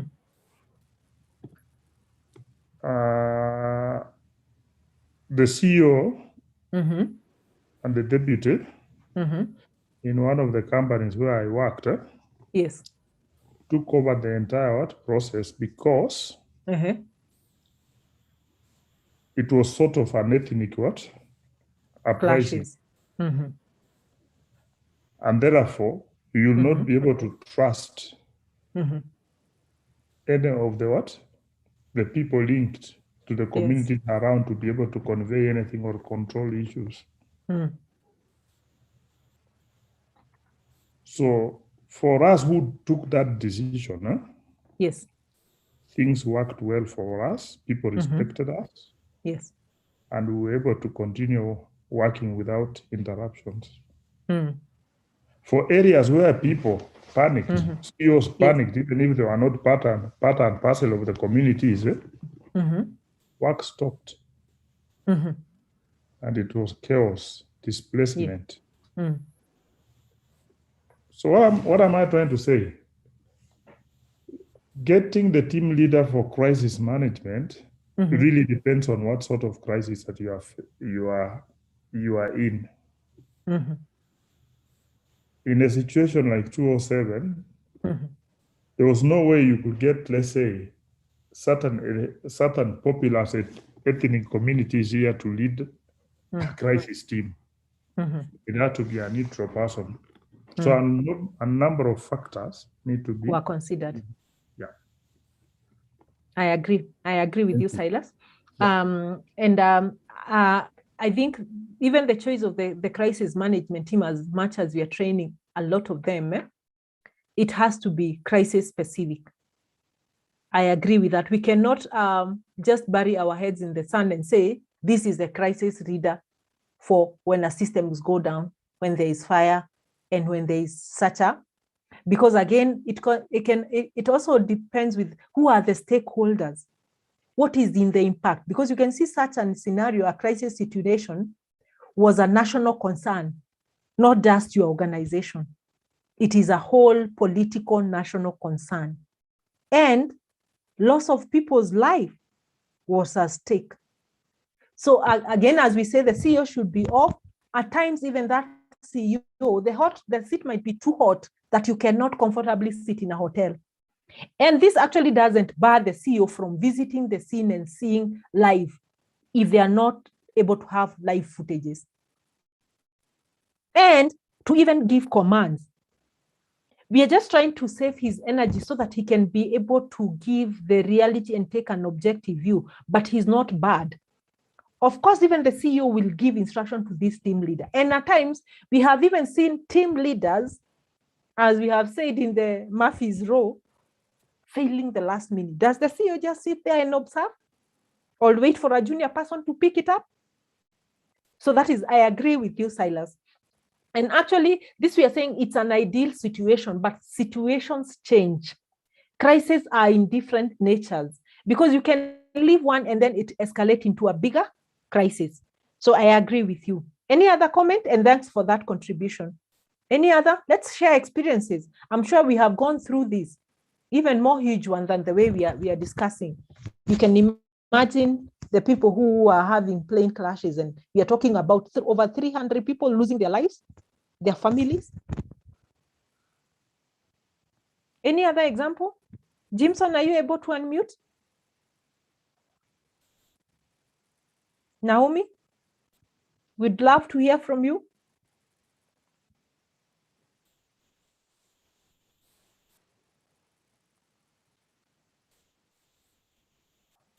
Then I think with that, we can continue. I know we will be able to cover much of the ground because tomorrow we'll start on another new topic. So we have looked at the responsibility of the team leaders, and now we'll go to why managing a crisis matters. Why do you think it's very important to manage a crisis? We say the first thing, even not just a crisis, we should be able to manage issues as they seem simple to avoid them escalating into a crisis where that is possible. But when crisis actually hits, we have to really manage them, because by managing a crisis, we may be able to reduce the likely losses that are likely to happen. We are able maybe to reduce the impact of this, the crisis and the losses that are likely to happen. So we say a badly managed crisis can severely damage a company, even to its extinction, its reputation, and also a brand. So we have everything at stake during a crisis. It can mean whether we are going to rise as heroes or just villains, or we are going to close shop and completely being unable to pick up. And we say handle it badly, and one risk losing the entire company and also even the people working in the company. And we say you can handle it well, and your reputation is actually even enhanced after a crisis. I can tell you, like, even the kind of trust people had after the Swiss aircraft, because of how they dealt with the crisis, they actually enhanced their reputation and people were able to build more trust on them. And you're saying sales increased and the brand is much more stronger than even before the crisis because of how you have handled it. So it is very important of how we handle the crisis that you have. Then these are just examples of at the global realm, how some organization, of course, we've given the issue of the Swiss airline. There are just some quick examples in a company like Nike, how they've been able to address. And maybe just to walk us through, this was a kind of a logo of a shoe that Nike company had brought a new brand of a shoe in the company. But then the brand of that shoe was actually conflicting with one of the religious symbol they normally use for the Muslim. And actually it was resembling an image that was close to an Arab script for Allah, which is their God. And some Muslim activity or the community was actually agitated and offended by this. And we can see how the Nike company actually came up, and this is, I think, it's the brand of the Nike Air. For those people who are fan of the sneakers and the sports shoes, if you look at the Nike Air trainers that was introduced in the 1997, you can Google it. It actually had a signal or a logo that resembled that script of the Muslim. So when this was brought to their attention, it was an innocent, they didn't know. They actually countered that and reached out to the Muslim community and actually started even sponsoring construction of sports field for the Muslim community and donating and actually embracing them. And that's how they were able to actually deal with the crisis. And then what they also did, because of the sensitivity of the religion, they actually recalled over 38,000 pairs of the trainers' shoes that had to be released. And privately, they also apologized to the Muslim community, and they say it had no ill motive and they were not aware. And then they continue to sponsor the construction of sports so that to bring the Muslims community together. So we say the community also pulled a clear PR stunt to show that how much it cared by offering to pay the construction of playgrounds for the Muslims community. And in hindsight, if you analyze that, what comes out is the crisis dissipated as soon as it had arrived. It didn't escalate. Certainly, there were costs, of course, of recalling the trainers' shoes from the market, so financial loss. But from the mind of their customers, of course, it was a big gain.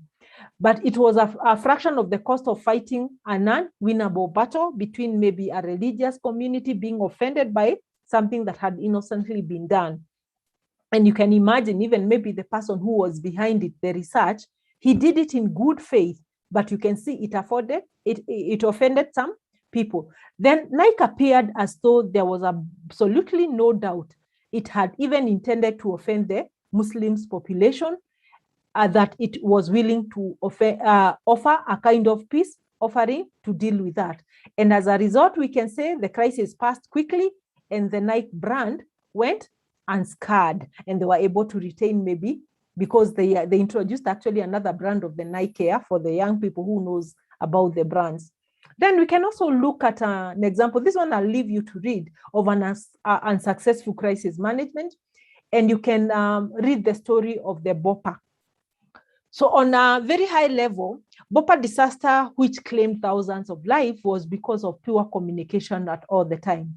This incident illustrated the importance of incorporating cross-cultural communication in crisis management plan, like Silas has given us maybe the community crashes that we had, and the local residents were not sure how to react to warnings of potential threats, maybe when the leaflets were being put down from the Union Carbide plant, operating manuals being printed.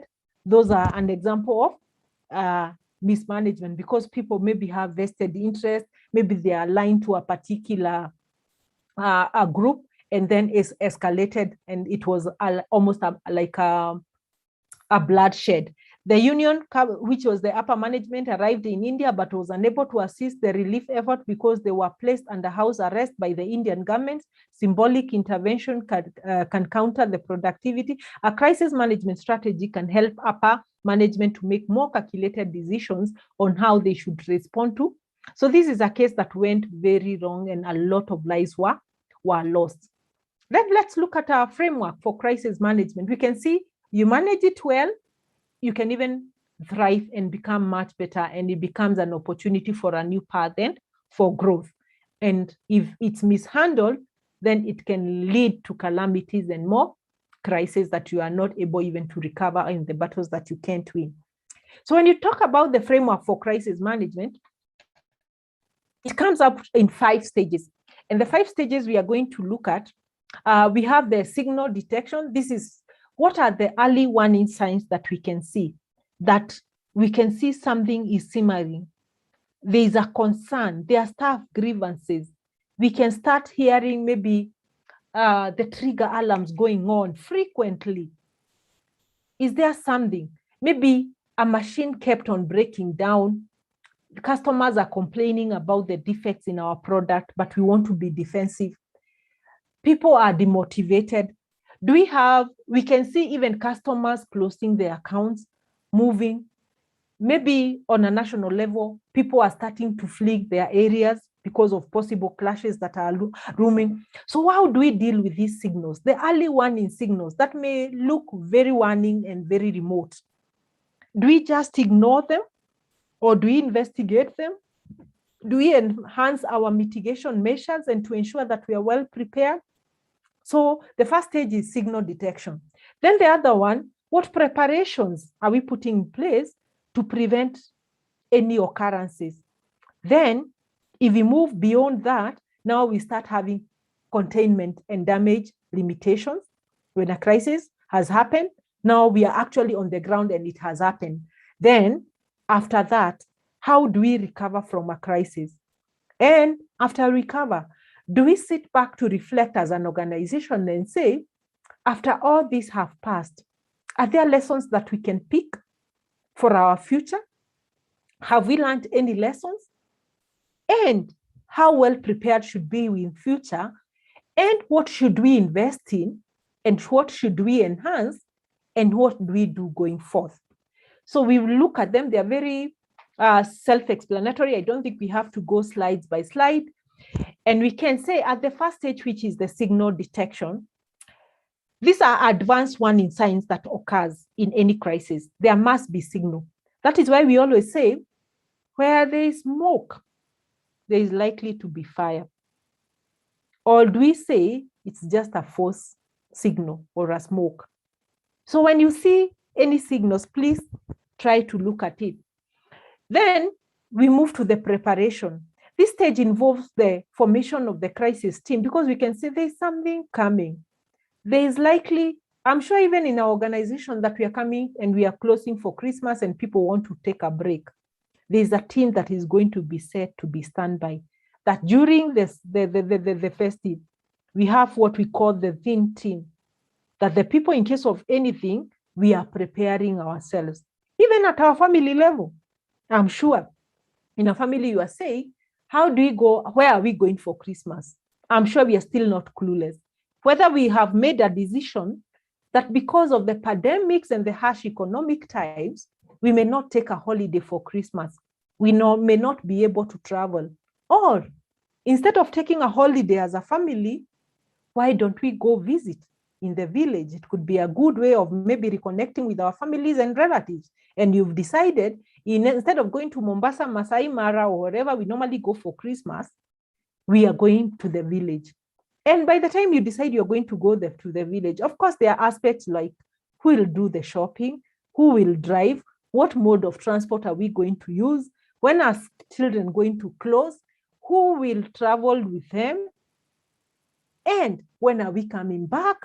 We are also starting to think about, it could be a crisis. If we go spend all the money in the festivities, then January will still come and the kids will still go back to school. Will we have been left with enough money to take them to school? That is the kind of preparation we'll talk. And we are already thinking, how much are we paying in school fees? And how much do you want to put for Christmas? So this is the kind of the preparation we go into, even as we're preparing for a crisis. And we do it in a very systematic and in an ongoing manner to point out to what is almost scientific. The goal is to prevent any crisis as possible and effectively manage those that are likely to occur. Of course, you say, I'll not give my teenager to drive us home because I have a whole family at risk. Maybe, probably, we have decided who and who can drive and whether we are going to hire or what we are going to do. Then we have what we call the damage control or the containment stage, which is the third one. And we say this stage is where the actual management of crisis occurs. And the intent is to contain the crisis to the greatest possible extent to reduce the damage and to ensure that the organization and the stakeholder is kept to the minimum level and the business continuity is disrupted to the minimal level. Then when you come to the recovery, it has already occurred, the aftermath.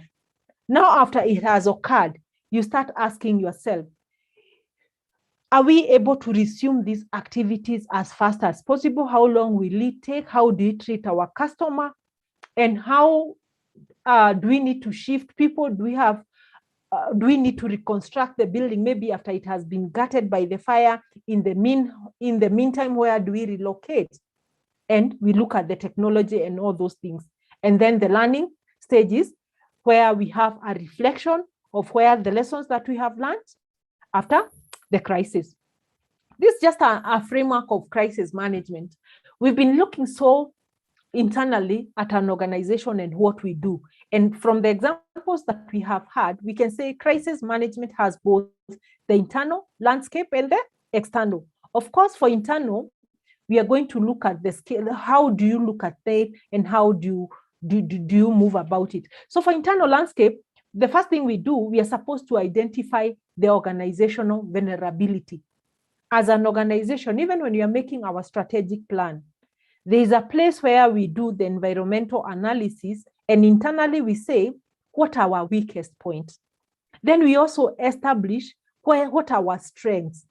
So we look at internally as an organization, or also as an individual, what is your biggest strength? Probably when you're looking at a crisis of losing an employment, you say, how have I diversified my income? Am I fully reliant on my salary? That the moment an employer can actually withdraw my payslip for 1 month, I'll be done. Or have I invested in other activities that can generate money, like you are running some side hustle, you have some business, or you have some savings where you have fixed deposits that can give you regular incomes in terms of the interest income that you can rely on? Or what else can you do? When you are are you able to go into business? Do you have family business? What are the things? So you look at your weaknesses and your strength and see how can you capitalize on your strength and how can you work on your weaknesses. Then you determine the enthusiasm of crisis management. This is the risk appetite and how you are able to actually respond to crisis. Then you also have what is the organization culture? How do we do things here? Actually, one of the parameters, as Silas has pointed out, how we deal with our crisis depends with our organization. Rhoda can train you today that this is the perfect way, but does your organizational environment and culture allow that? So you have to understand your organization, the culture of that organization and how you do things. He has given us an example that where the CEO and the deputy CEO has to personally kick in and lead the teams. You might go to another organization structures and the cultures where even the CEO has or the managing director has no say in a crisis. That the politicians or the board members are the ones who speak to the press and they will deal. And that institution, you'll see, it is the chairman now who is the voice and the board. And the various committees of the board that are operational will be dealing with the entire crisis and they are on the ground. And maybe the CEO may be perceived to be not a neutral party. So those are the factors when you're looking at the internal landscape, you look at. Then you also have to assess what is the ethnical environment. He has given us a live case. What is the environment on the ground? so that you don't follow the policy and the textbook. We become textualists, but the context is so different. So what is the ethnic environment? Even the people in your team, can they be listened to? Do they have an influence on the community, on the things that you are dealing with? Then finally, you have to evaluate the company's safety policies. What are the safety processes that are there? Some of these policies, where we look at them, some are regulatory, others are statutory. That if you don't follow them, then you are likely to incur a lot of litigation and penalties and fines. To an extent that even a license can be withdrawn by the government if you fail to follow some of the policies. That's why they are very critical. Then when you come to strategic plan, after you have done that scanning of the environment internally, and you have settled and you know yourself because you know your organization better, then you come to strategic planning. What is strategic planning? It's the 5 years, the strategic plans we come with. How do we entrench all that in our strategic plan so that the crisis management become institutionalized into the organization and embedded? So you form the crisis management team, develop the worst case scenarios as you do, formulate crisis management plans. That is where the BCP comes in. And then you conduct mock disaster and training in terms of preparation in case this, especially in people who are in very political volatile environment, the North Rift, those, even in Nairobi, the hot zones. Of course, as we near the elections, that will also become a crisis. I'm sure they are being trained on level of preparation. We can see how we have looked at the election, how they are likely to impact on our businesses, including our turnovers, how they are likely to be affected. So those are the things that we should be very clear. Even if you had a plan that was going cross-cutting from this year to this year, I'm sure when you came to 2021, 2022 elections, and the political interference was one of the factors you must have planned for.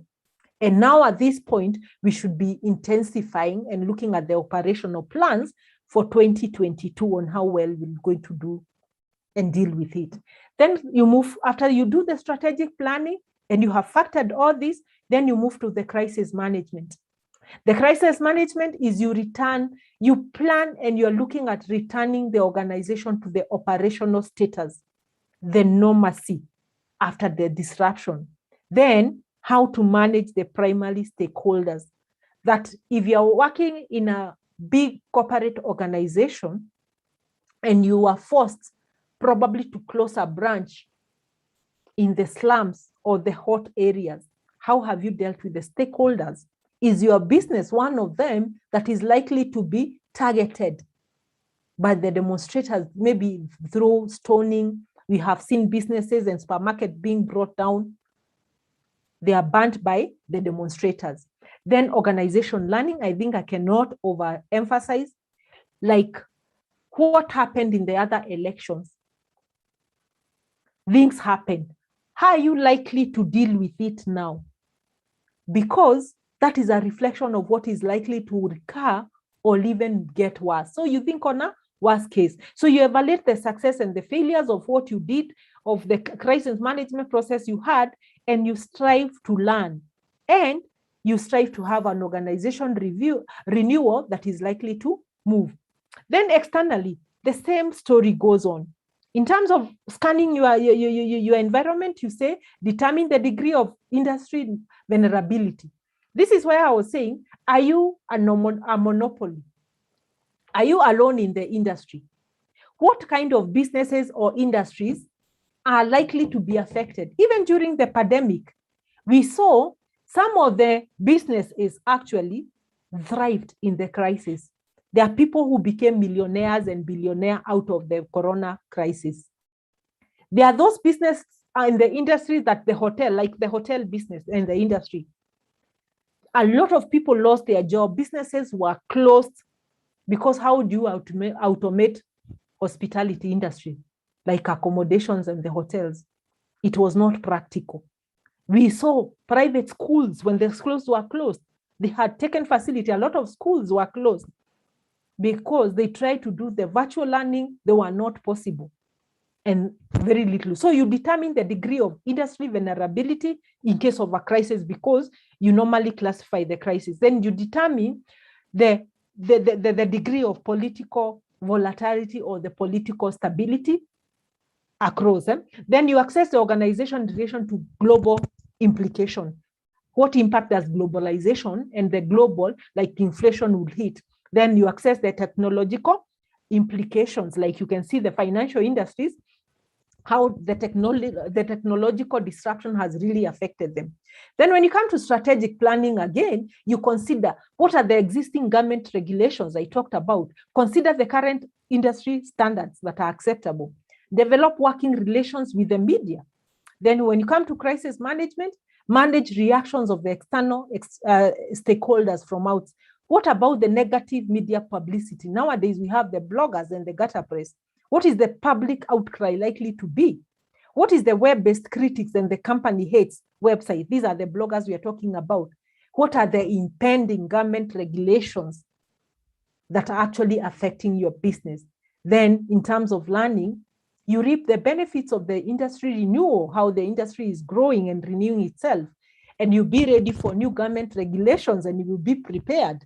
Like when they remove the issue of VAT and tax and what have you, be ready to enjoy such. Be aware of new stakeholders' outlook and their expectation, which keep on changing. Is there a question about the framework for crisis management, looking at it from internally and also the external landscape? Let me pause for questions, comments before we proceed.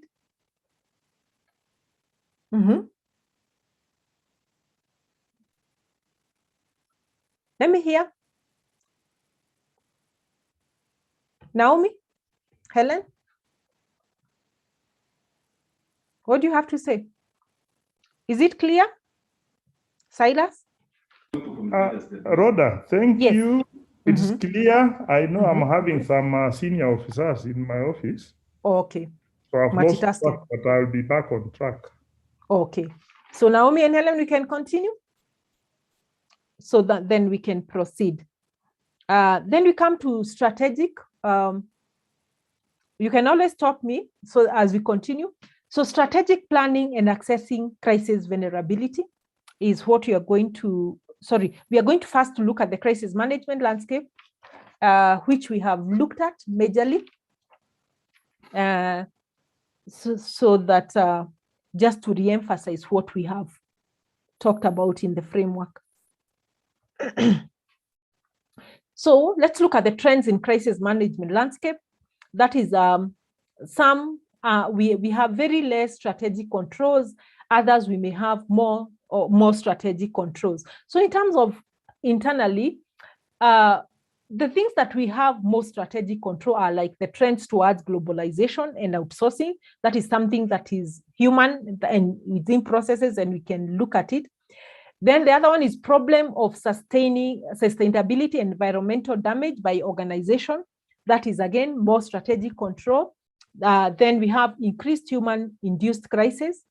Again, that one, it's there in between. Then we have business and society increasing reliance on the internet, which is, it's within our control, and we have to move with the trends of the technology. Then ongoing threat to terrorism, that one we have very little control over because it is beyond the organization, and sometimes is also beyond the politics and also the country, because they just come. You cannot predict. Of course, we can say, let's prepare, let's take some mitigations, like take insurance covers for terrorism in case of an occurrence, but we can never tell when it's likely to happen, though we can tell at some point when it's likely, but they always get us off guard. Then the proliferation of unusual weather patterns, mutual disasters, multiple disaster problems. Again, those are things that we have very little strategic control over, and they affect both internal and also the external landscape. Then if we come particularly to external landscape, we say We have what we call the political and legal. We have the economic forces, we have the social forces, and we also have the technological forces that we had mentioned. I think they are very clear about that. Then when you look at crisis and organization life, like the life cycle, we are looking externally, what is the stage that we are in as an organization? There are those organizations that are still at the formative stages. They are coming to the stage one, they're just coming into existence. And their challenges and the crisis and the vulnerability actually differ. Then we also have those organizations that are now peaking and they are surviving. They're trying to survive in the competition in the environment, and they're just peaking at the second stage. For them, again, their vulnerability and their triggers are different. Then we also have the companies that are maturing. We call them, they are at the success stage.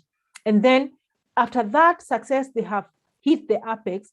Of course, there are those organizations that are at the renewal stage. Of course, the renewal stage can go upward, or they could mean they go to a slight decline, then they renew themselves. So that is the level of preparation. What do we do when we reach the maturity in terms of the company maturity? What are some of the issues and the strategies you can take to ensure that the business and the organization are able to grow and renew themselves? So when you look at the companies that are in existence, we say the critical source potential we look at, because employees mostly, they're performing generalist role. You'll find like the secretaries, the administrators are doing the finance work, they're doing payroll, they're doing the HR work. They have not been able to specialize, and we'll have the same employee who are dealing with multiple roles. So there is potential for mental errors, physical accidents, because they try and error, and this becomes a big vulnerable and an exposure to that organization. When you're at the survival stage, there is now more additional supervision. The management has acquired some founders. They have been able to release some controls to other people, and that also becomes an exposure. The people who are the success, they are dealing with major success, and they may also be a target from various sorts of maybe extortions, attempts, because they are doing very well. So frauds, frauds even from the employees who now feel entitled because the organization is doing very well. Extortions from fraudsters become some of the exposures. Then the companies that are at renewal stage, they're in an effort to renew themselves, and they may take very radical steps to boost their market. So these ones, they are taking bigger risk, which is also an exposure. So let's look at strategic approach to crisis prevention, and we look at both at every stage. Stage one, where we do the external analysis. Then from there, we do the internal analysis. You look at the internal landscape and the external. Then once you are able to scan your environment internally and external, you move to the strategic formulation that I explained. Then you execute your strategy and you go into the control stage. Any question from there before I proceed? Comments? I think this is very self-explanatory. When you look at external analysis, you're looking for the opportunities and the threats that are coming from externally. Internally, what you're looking for are the strengths and the weaknesses of the organization.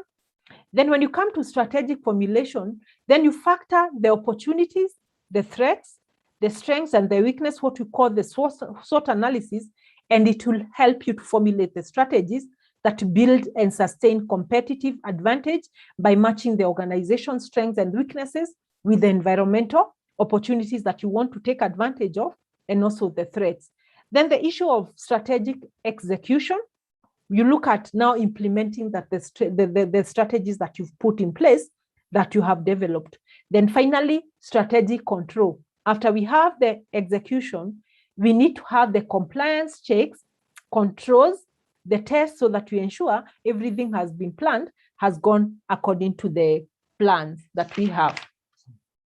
Then we move to environmental, what you're calling the environmental uncertainty or potential for crisis. And when you're looking at this, So we look at both the degree of complexity. What is the complexity of what is likely to happen, and then the degree of change. So on the vertical side, we have moving from the simple complex to more complex degree. And then we move from the degree of change. It could be just a slight stable change that we can move on, or it could be a radical or the dynamic change. So we say it increases the more the change is dynamic or radical, and the more complex it is, it also increases the level of crisis potential or the vulnerability of an organization. So we will look at internal organization strengths and potential crisis, looking at different parameters, both internally and also the corresponding potential crisis. So for internal strength, for extremely fast-growing companies that are growing, especially like this, we look at examples like SME. Those organizations that are at a growth stage, growing very fast and extremely and taking over the market, the potential crisis they have is loss of management control over operations. This is what occurs. They are moving too fast, growing too fast, employing a lot of people, delegating a lot of activity. So the management at the top, they start losing the grip of the organization and the managerial control. And especially this happened when you have now to start going into new markets, capturing new industries, and that fast growth, you lose the grip, and that becomes also an exposure. This condition can eventually result to defective products, poor quality services, because now we don't have a uniform way of following the policies, because we have new people, we are trying to go to new markets, so that dilutes the quality of the business if you are not careful. Then the other issue is like when you have unique differentiating product or service characteristics, that the product or service that you're offering, it is so unique in the market, and you have very little, like you can benchmark with the other organization. So you have the potential risk of your products or service offering. They could resort to product and services that are defect, because you don't have a lot of standards in the industry to benchmark with. So you are doing it on your own, and you are likely to offer defective and low quality services. Then you could also have an internal strength of charismatic organization leaders. We have had situations like when you know a company, it is thriving not because of its own brand, but because of the charismatic leader. You have seen how organizations have man that if this person moves, maybe he's the founder, he's the charismatic leader who is associated with that organization, they can get a lot of goodwill, a lot of trust, a lot of market. But when there are changes in that leadership, then a crisis is likely to occur. And we say some charismatic leaders are not able to delegate, and they can lead the organization into a financial crisis, because if it is the position of the CEO, even the board are not able to query him or to bring him to an account, because he's the ultimate boss. And they know if they were to lose this person, they are going to lose the entire business. So such charismatic leaders are likely to bring to such institution to a financial ruin. Or we have the challenges of succession when they are gone. And we have seen many organizations that are collapsing with their leadership, maybe by exit, or maybe when they go, or when they decide to move, and they move with the entire clientele. Or we have seen the issues of misappropriation of funds because of a leader who was too powerful. Then you can have an internal strength of a long history of successful performance.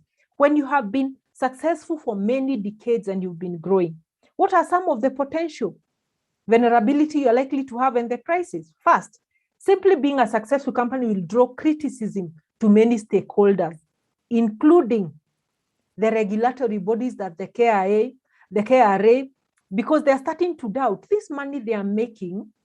Is it good income? Are they declaring? Are they paying all the taxes? Are they following all the procedures? So you become a target of a lot of criticism. Then the employee may feel that they are not being compensated enough if the company is making such huge and it is such successful. So they start agitating for more benefits, more rewards, and this is likely to lead even to trade disputes. Then social-minded citizens will feel that the company does not share its wealth to the communities, and they start adding more and putting them into more critique. The government will also watch the company more closely to actually see how they can make money, or even to just verify if this organization is illegally hiding some income and not declaring or not paying. Then the lawmakers will look at any wrongdoing or part of the company, and they'll be treated very harshly for such conduct. Then what about when we have some weaknesses and what it's likely to expose the organization into? Some of the weaknesses that we see in our organization is when we have ill-trained employees or poorly trained employees. Of course, this exposes us to a lot of accidents, poor customer service, defective products, calm pattern, part of the service parcel. What about where we have poor relationship with the union, especially as in HR, strikes, lockouts, many litigations, downing of tools, and crises within the industrial relations realm? What about where we have poor ethnical orientation on top management? These are now organization cultural issues, where we are likely to have what we call the white collar crimes, frauds by employee, theft by servant, cash flow problems because of the misappropriation of funds, personal enrichment, conflict of interest. And if the organization is large, publicity become now a problem, and you start appearing in blogs and the gutter press. There are a lot of reputation and the brand image is dented. Then when you have aging production of facilities and equipment, again, as the facilities are aging, their efficiency and effectiveness also comes questionable. So we are likely to have a lot of machine breakdown, lost productivity hours in terms of the repairs, we have occupational injuries, threats, poor products, and also company where we have customers complaining about your products. Understaffing or non-existent of the HR department, of course, we are likely to have industrial relations, issues of discrimination, sexual harassment because there are no policies in place, high operational costs because of industrial accidents, employees becoming absent, theft by servant, turnover becomes very high. Then hazardous safety inspections, if we don't do our health inspections or workplace inspection, then they are likely to have negative publicity and also more industrial and occupational accidents, which also results to the workplace injury that will also cause litigations. When we have weaknesses of maybe in a highly stressful work environment, we have cases where a lot of employees are abusing substance and also the alcohol. So we are likely to have a lot of industrial accidents, workplace injuries, product quality, and also customer complaints, and also the reputation become at stake. Then what about organizations where they don't have crisis management teams and they also lack plans? What is likely to happen? There is likely to be uncoordinated, ineffective, and also slow response in terms of the crisis management.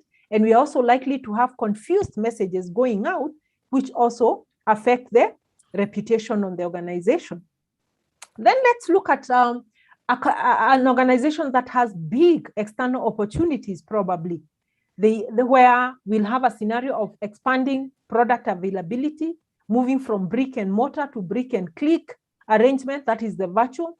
So the crisis that is likely to happen when you move now from brick to mortar and you're going virtual, technological advancement, are these issues of the cyber attacks, loss of information and confidentiality that is likely to happen. And also maybe there is the disgruntled workforce because some of these employees have not been prepared in terms of the technological advancement. They need capacity building. Some people get a lot of joy working from home and not working. They get a lot of joy when they come and they work with their teams and they are able to actually work together. So when you start telling them now they are working from home, they miss the social environment at the workplace. So we are likely to have disgruntled employee.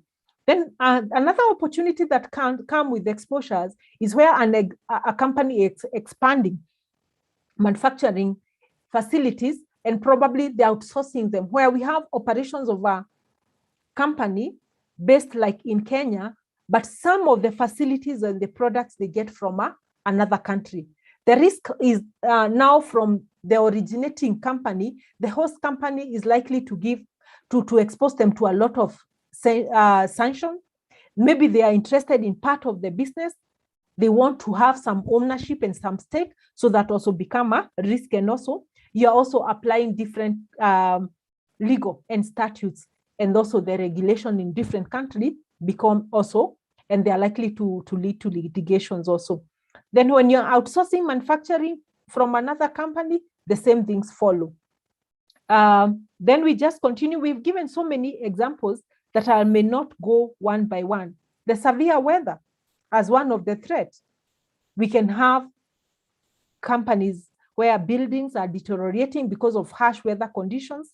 Say revenues may come down because probably even your salespeople, because of the harsh weather, they are not able to go out and promote your businesses because even the travels become a challenge. Then what if we have dysfunctional customers and other individuals? There could be incidents of the workplace revenues going down as well. Then consumer activism become a threat. We'll have cases where maybe we'll see dissatisfied customers or customers who are not happy with your products taking lawsuits against the company. And also, we could also have boycotts of your services and products by the company because of what we call the consumer activism. And we have all these other threats. We can have threats of extortions, earthquakes, the rumors, the terrorism that could be attacks, and they'll have their potential crisis. Any questions so far? Before we come back now to the team and the planning, how we form the teams, what are the competencies we look at, what the attributes we look in a team. Let me have any questions so far before I proceed. Any reactions? Frida, welcome back.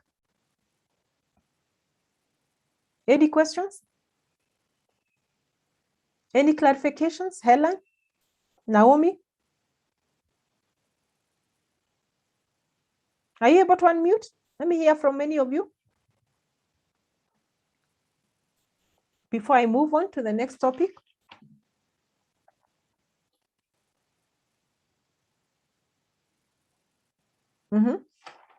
Anyone? Are we together?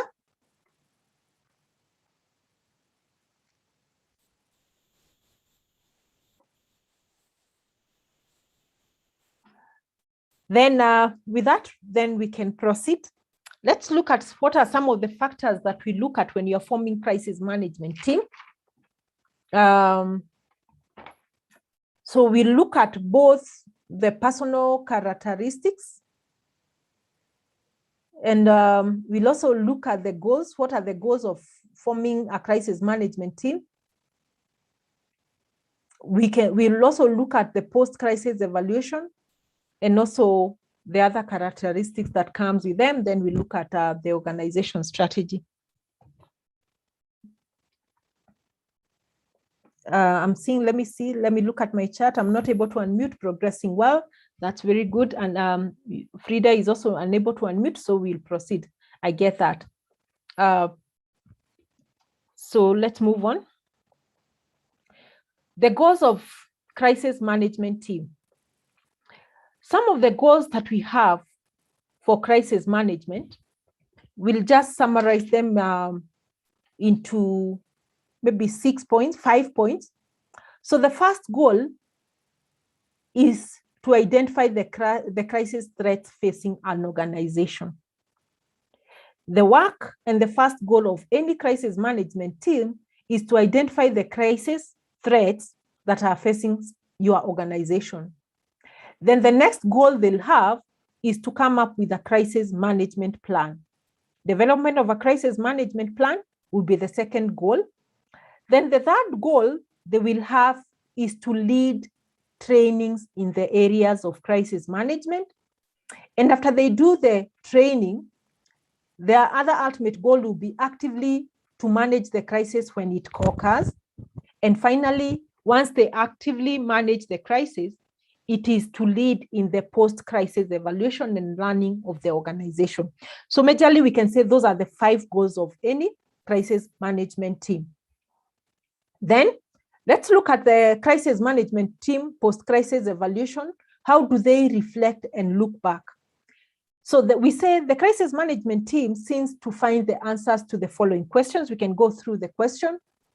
And when they are doing a reflection, they ask themselves, what did we learn from the crisis that will help us prevent a similar one in the future? So the lessons they learn, it is what they pick home. Then the next one, if the same crisis did occur tomorrow or again, what can we do differently as a crisis management team? Then they also look at what weaknesses re-existed among the crisis management team. Was there infighting? Was there departmental sibling rivalry? How responsive were we? So they look internally and look at the weaknesses that have re-existed maybe in their testing and also was carried into the crisis. Then the other questions they need to ask themselves, do any changes need to be made on the crisis management team? Probably in terms of the skill set, the skills mix, and what aspect or maybe the composition. Do we need to add more people? Do you need to remove other people that cannot work as a team? So those are some of the reflective questions you ask. Then what aspect of the crisis response were performed very well? So you look at what were the strengths of that team and what were the weaknesses. And finally, the other question you could ask is what aspects of the crisis response need improvement in future so that we are able to act properly. So let's look at some of the personal characteristics of our crisis team. For those who are able to unmute, can I know some of the personal, for someone who is coming to a crisis management team, what are some of the personal attributes of characteristics you look at? Helen, are you able to unmute? Naomi? Silas, I see your back. Frida? Carol? Marceline? Then if you're still in the meeting, kindly give them the right to unmute by moving them to the panelists so that they're able to contribute. Anyone who is able to unmute? Let me hear from you. Silas?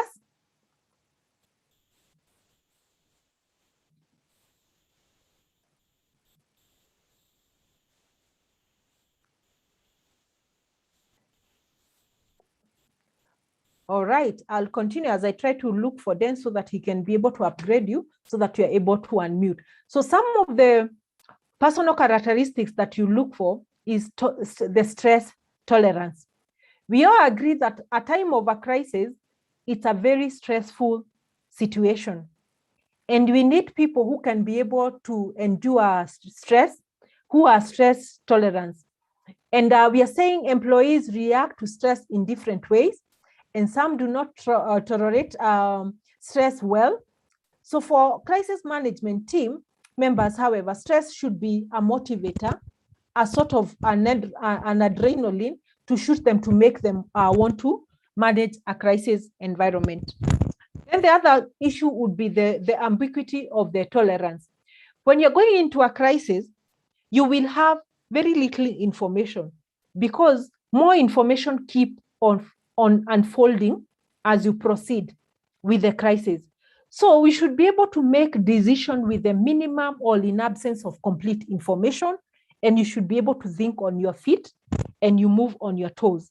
So that is also another attribute. The other attribute that we look for is listening skills. People in the crisis management team must have very good listening skills so that they are able to listen to their colleagues, the team members they are working with, and also the people in the support team who are feeding them and who are the operatives. And they should also be able to pick very critical information from the stakeholders and the affected people, so that that will guide in their decision making. The other attribute that we look for in the people who are making the crisis management team is cooperation. We say the crisis management team members must like people to enjoy working in a group. So you must be like-minded and enjoying working. If you are a loner and you want to just pull and work on your own, then you are likely to not make a good team leader or a crisis member of the team. The other one is communication apprehension, and we're saying all the members of the team should be able to express how they feel without any hesitation or a concern. They should be able to speak their mind over rejection from other teams. So again, they don't have to carry the day. They should be able to learn from the other, listen to the other, but also being able to be bold enough to give their part of the story and how they think about the crisis. The other attributes we look at is the verbal clarity, because there is expected communication in a crisis. There is a lot of communication, and we said we should be able to communicate clearly, giving all the information. We should be able to know when to speak, what to speak, and how to deliver, so that we are not misunderstood. So you must have verbal clarity on what you say, so that you are able to communicate your intention, and you can communicate very clearly, and also able to replicate the other team members' information. We are together? Kindly allow me to pause a bit so that I call the host. He's able to unmute majority of us so that we can have more interactive.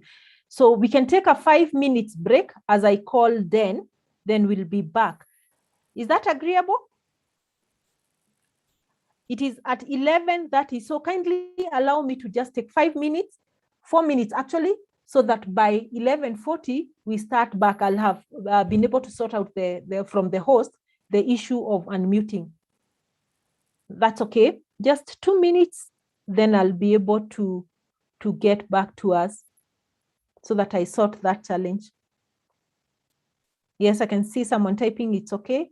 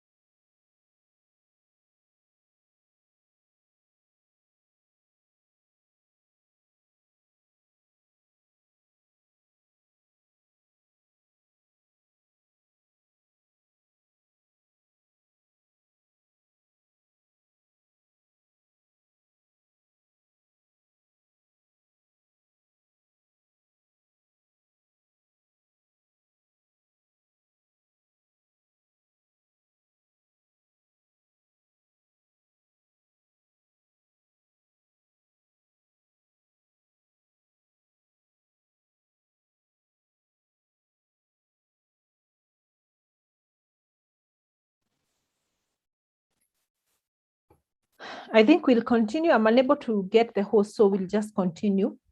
But we'll sort it out for the days, the coming days. That's tomorrow up to Thursday. So with that, we'll just continue chatting. You can see a lot of chats, comments. I'm unable to unmute, progressing on. Well, unable to unmute, that's okay. So we'll just proceed at our pace. Then maybe tomorrow or from there, we can pick the other questions that as we proceed. But if you're able to unmute, just kindly stop me and then we'll continue. So let's look at organizational strategy and also the crises that face different organizations. In the same strand, we are going to look at the crisis gap between what was intended and realized strategy. This is when we come back and reflect on our strategic plan. Of course, we have very good strategic and crisis management plan that we have developed. Then when a crisis occurs, we are able to sit back and evaluate to see what is the crisis gap. And the crisis gap is the gap between what was the intended strategy to achieve and what was actually achieved by that strategy. So then we look at the variance. So in terms of the corporate profile and crisis prevalence, we will look at the corporate profile, the likelihood of a crisis occurring, and then the severity of the crisis and the net effect. So we'll just look at some examples. We'll not look at all, then we see. So the first one we are looking at, when you operate in a single business industry, that is one of the scenario where we are saying you are the monopoly or you're in a single business industry. So what are the likely crises, the severity of the crisis, and the effect? And this is what you will carry as you're going into the assignment. Then we'll also look at the profile of where you're operating multiple business in related industry or related diversification. You're not alone in the field. You have people who are closely. So of course, there are some competitors. And then we also have a scenario where you operate multiple businesses, but of unrelated industry. Probably you're in communication, you're in construction industry. So you really have diversification, which is unrelated. So when you have those scenarios, the likelihood of crisis differs. The severity also differs, and also the net effect will also differ. So probably we could look at this thoroughly, then you'll be able to understand how you do the risk management and the crisis management evaluation. So when you're operating in a single industry with one business, the likelihood of a crisis, we say, may minimize the number of crises through specialization in only one industry, because you are the master and a specialist, and so you are likely to have satisfied customers, high quality products, because that is the only line of concentration, and you don't have a lot of competition. But the severity of the crisis, that it could increase the severity, that when a crisis strikes and you only have one business unit, there is no synergy that you can build from other business units or the industry. So you are really exposed, and the magnitude can be very high. So the net effect is you have very few crises, but more severe in terms of the impact to the total organization, and it can lead to an extinction of that business. This is a good case of a startup when you just have one line and you are alone and you decided to go to this specialized line. Then when you operate multiple businesses in related industries, so you have multiple businesses, probably you're selling airtime, you're in the communication, then you also in another line like PR. So you're having multiple businesses, but in related kind of diversification. What happens? The link between the corporate profile and the crisis preference depends on the degree of relatedness of your business unit and the availability of the firm to develop synergy across your different units. So of course, the net effect is you can manage and you can leverage on the synergies that you have in the business. Of course, the likelihood of the crisis will be many. The severity may be medium, but the net effect is you are able to move and recover and renew from different business lines. Then the third one is where you have multiple business, but in totally unrelated diversification lines. This may increase the number of crises, so you have more exposures. The likelihoods are many because of the multiple business environment that you're operating on. Then the severity could minimize this could minimize the severity to minimal time, because it is the more crisis or the severity is when you have a single business, and the greater the frequency of the crisis, the more prepared you become, and the less severe they're likely to come in terms of the impact on the business. So then we have 5-step strategic control procedures that we have put in place, and most of them will just summarize into what you call the steps for strategic control. Of course, you'll have the top management, which is the strategic planning and giving the directions and the control starting on the top. Then from there, you do the benchmark with the industry or the related businesses. After you do the benchmark, of course, the benchmark, you'll do the SWOT analysis. So already you know your strengths, your weaknesses. Then you look at what are the opportunities you have out there and what are the threats that are likely to come. After you do that, then you go to the performance measures and evaluation of the actual performance and see the performance gaps that comes up there. The performance evaluation is a comparison of the previously established strategy and what has actually happened. Then you come up with the corrective action at the end to see the gaps that you have establishment or the performance shortfall. How do you make good of those? So that could sum up the 5 steps in terms of the strategic control procedures. And then you can have a balance when you're looking at any matter that is performance-based or performance evaluation. There are many tools that you can pick, and we've decided to take an approach of balanced scorecard indicators and maybe the potential crisis that can be picked up from this perspective. You understand the balance scorecard and from the performance management, and we can also try to apply it in terms of the crisis management. So when you look at the balance scorecard, some of the indicators that you can pick and then corresponding potential crisis, we could have maybe the number of accidents. What are the number of accidents that are likely to happen in case we don't maybe maintain our machines or we don't repair something that has broken now? So the number of accidents could be a measurable indicator. And when you talk of the number of accidents, you say accidents and safety issues and the potential employee lawsuits that could come. Then you look at the issues of absenteeism in a unit when the people are demotivated, and you look at what are the motivational issues that are underlying. Are there issues of substance abuse?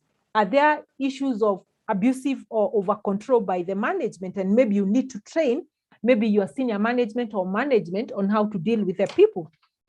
What are some of the number of grievances that you have when you have a union setup? And this affects the morale and the abusive, maybe supervision by the people, potential workplace. So you are able to nip them at the point of the issues before they come into industrial actions or maybe a crisis of shutdown. Then what are the percentage of uninterrupted service of websites? So the number of become an indicator. Then you can also look at other indicators like machine work session downtime, then percentage of defective products that you have.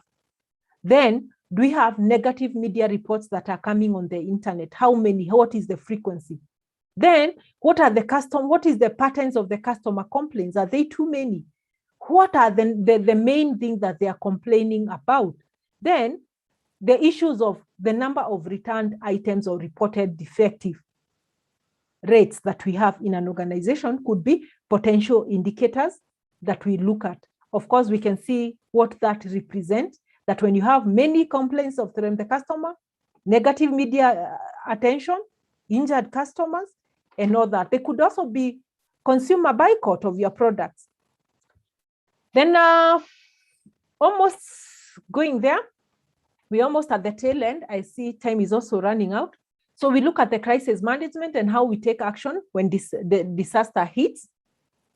And from there, we are going to look at the situational analysis components. So when you look at situation analysis components when a disaster now strike, I'm seeing a comment. Let's see, Andy, whether it's a query. When are we likely to have a break? Because I think the concentration is going down. In fact, we are at the tail end. You'll give me the next 15 minutes. I should be able to wind up for today. Then we'll pick up from there. I know it is hard when people are not able to communicate back to the trainer. So we are just at the tail end. So give me about 15 minutes, then we'll be able to finish. I'm just at the tail end of finishing. Thanks for that question. I feel you from the other side. So when you look at the situational analysis, we are saying gathering information and advice from experts and also for technical use. Recognize the importance of the cues, the warning signs that comes. We should be able to pick cues and be able to plan for them. We should also be able to identify the key elements of the situation when it happens and learn from it. Then we should also have a clear judgment of the risk that is likely to happen. Then we should be able to reassess the situations in response to any information that keeps on coming. So when you're in a crisis, of course, the information will keep on triggering with time. So any information that comes in, the way we analyze it and we act on it will determine how better we move to the closure of the crisis. Then we should be able to predict ahead of the potential consequences for maybe many maladministrations or what we call the many results. Then sharing information with the relevant parties is also very critical when you're doing the situational analysis. Then let's look at decision making during a crisis. And we look at about 7 steps on a quick one. The first step to do when you're making decision during a crisis is to alert and assemble the crisis team. Alert them that we've been hit by a crisis, and then you assemble them. Then from there, collect all the relevant information. The only information that you can get at this position, collect the information and move, and you are able to make the first. From there, you are able to assign tasks and continue fact finding as you continue, because already you have agreed on the assignment and the roles, and then people are able to spread across the crisis area. Then from there, you start developing solution alternatives. What are the possible solutions that you can take with the minimum information that you have? Then you have to implement these alternative solutions that you have under the conditions. From there, ensure that you keep the media engaged, and then keep on reviewing what is happening and what is the impact of the solution that you have given. Then from there, once you are able to take the first steps and you have initiated, and now you are already in action, you need to keep on continuously monitoring the situation on the ground. So ensure that the crisis management team should monitor events as they evolve and determine probably the following issues.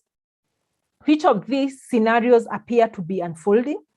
What resources are available? Because you are acting with minimum information and also limited resources.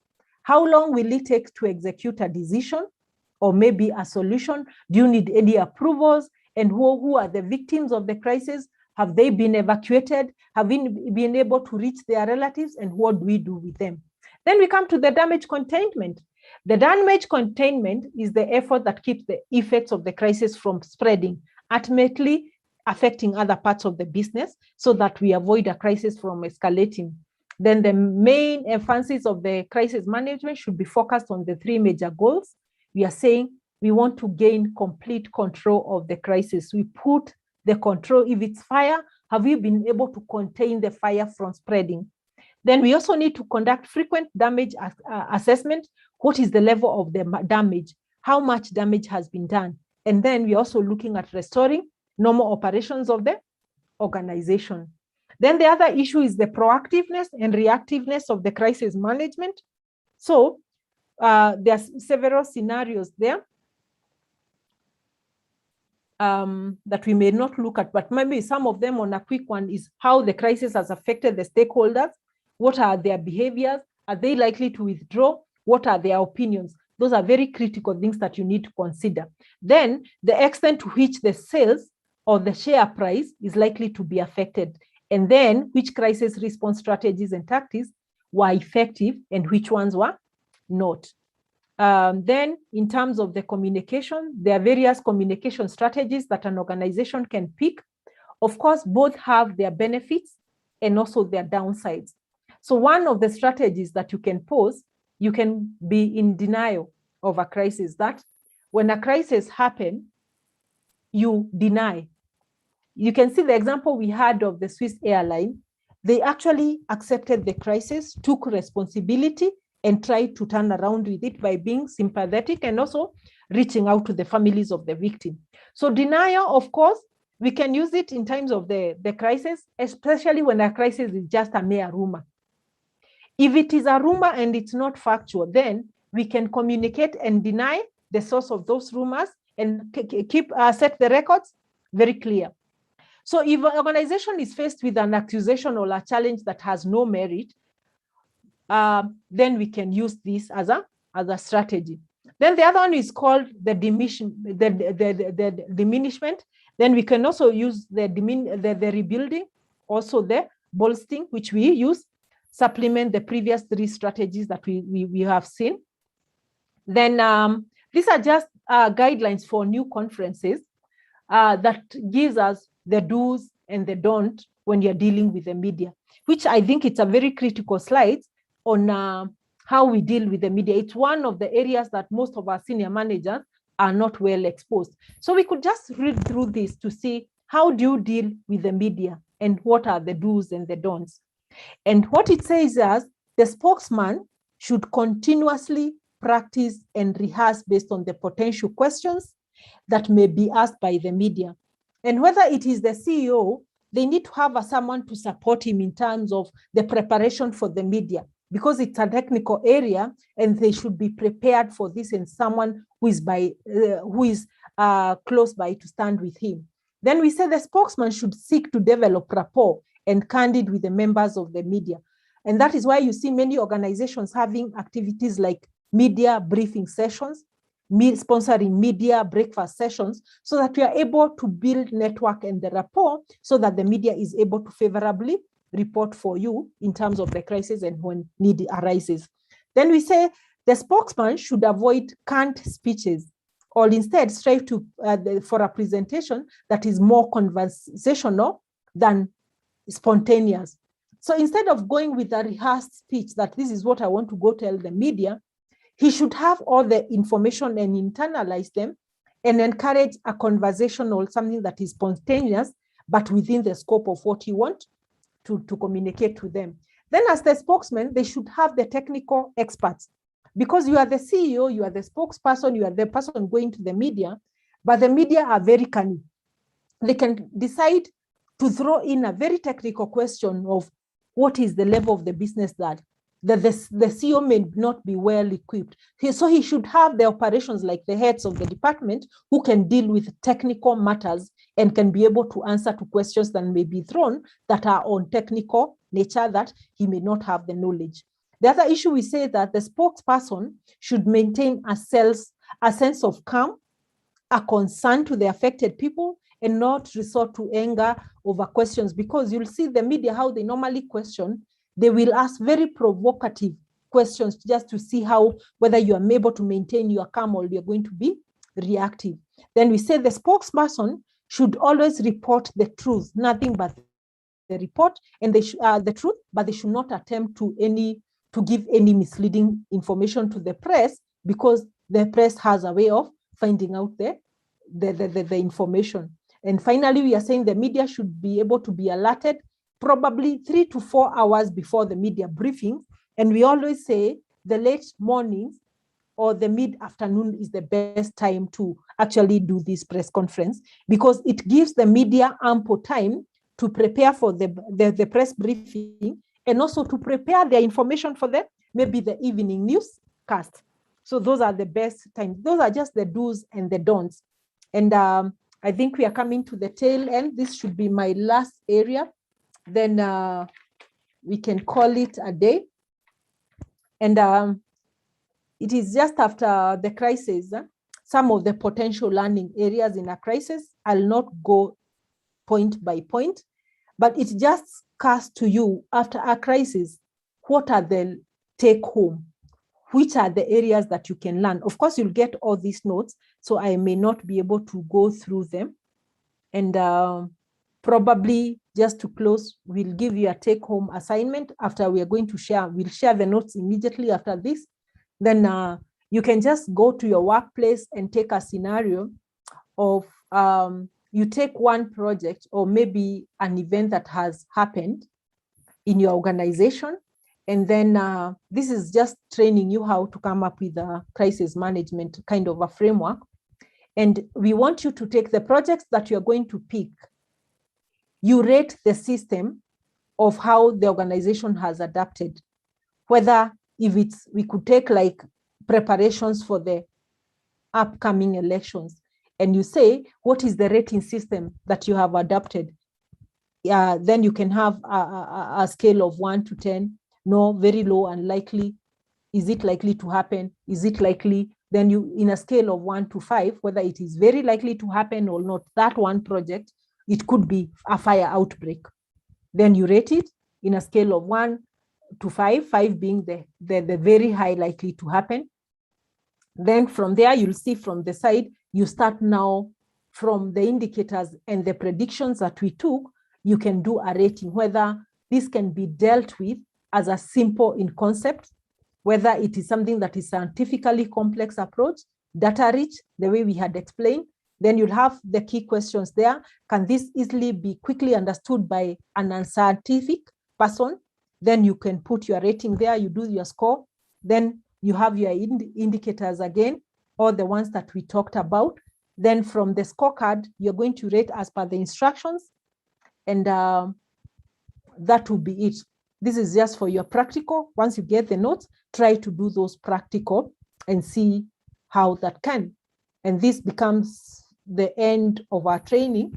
Once you get the notes, try to practice what you have learned to see whether it was useful and how prepared are you in a personal life, in the business that you are running, and also in your organization. And thank you for listening. I apologize for the challenge of unmuting. And I'm sure I'll ensure I'll follow up on the matter so that tomorrow we don't have a same recurrence with Catherine. So from that, I'll just open for any comments. You can type them on the chat. Any feedback, how we can do it better for tomorrow, any clarification. If you're not able to unmute, you could just type on the chat. And any feedback that you'd want to give for this. But I think that has brought us to the end of the crisis management. So tomorrow and the day after, you'll be dealing with the issue of problem solving and the solution with Catherine. She will be with you on Tuesday and Wednesday. Then I'll be back for root cause analysis on Thursday. And that will bring us the end of this session. Let me hear from you before we close. For me, I'm through for today. Silas, are you back? Or you're in the same category, you're not able to unmute? Just put your comments on the chat so that we can be able to take them back. Any comment, general comments, areas of clarification?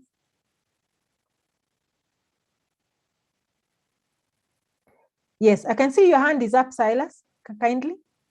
If you're able to unmute.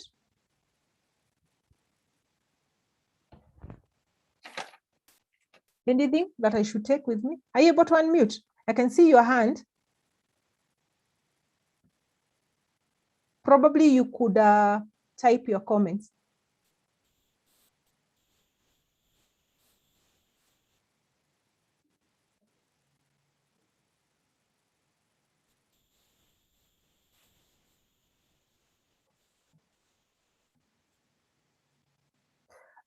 There's a question from Frida. How different is crisis management from risk management? Oh, sorry, you are not unable to unmute. You are unable to unmute. I think the way you dropped, you're not able to come back to the panelists. How different is crisis management from risk management? Could someone also type? From me, crisis management, it is one element of risk management. Because when you're looking at a crisis, it is when something unpredictable and stressful that has happened and you have to manage it within the crisis. But when you look at risk management, there are many risks. Some could end up being a crisis. Some could just be a risk. An example could be just maybe a loss of business, or you didn't get a business account, or you're having high staff turnovers. Those are things that are likely to disrupt the business, but they are not likely to have a stressful event where you have to really respond very fast. So a crisis is a situation where you have a situation at hand, you have to immediately react and put a team to deal with it together and try to mitigate the damages. It is likely something that is likely to have big damages and loss and cause a calamity. To me, that is the crisis management. But of course, to some extent, some of the risk could also be a crisis. If you are in a situation where every employee or 50% of the employee are actually resigning from work, it may not be an emergency, but is a crisis. And maybe the crisis management team in this case will be setting up a task force. But you can see there are no rescue events that will happen. But you'll have to come up, what are the things that have happened? Why are people leaving? Try to analyze, come up with a plan, and try to mitigate and control the situation so that you don't end up closing the business. So crisis management is just a subset of a whole risk management framework. An enterprise risk management framework is quite broad, is huge, and a crisis or an emergency in the perspective you have looked at, it is just a mini or a subset of a risk management. Frida, hope I've attempted. The others can also type.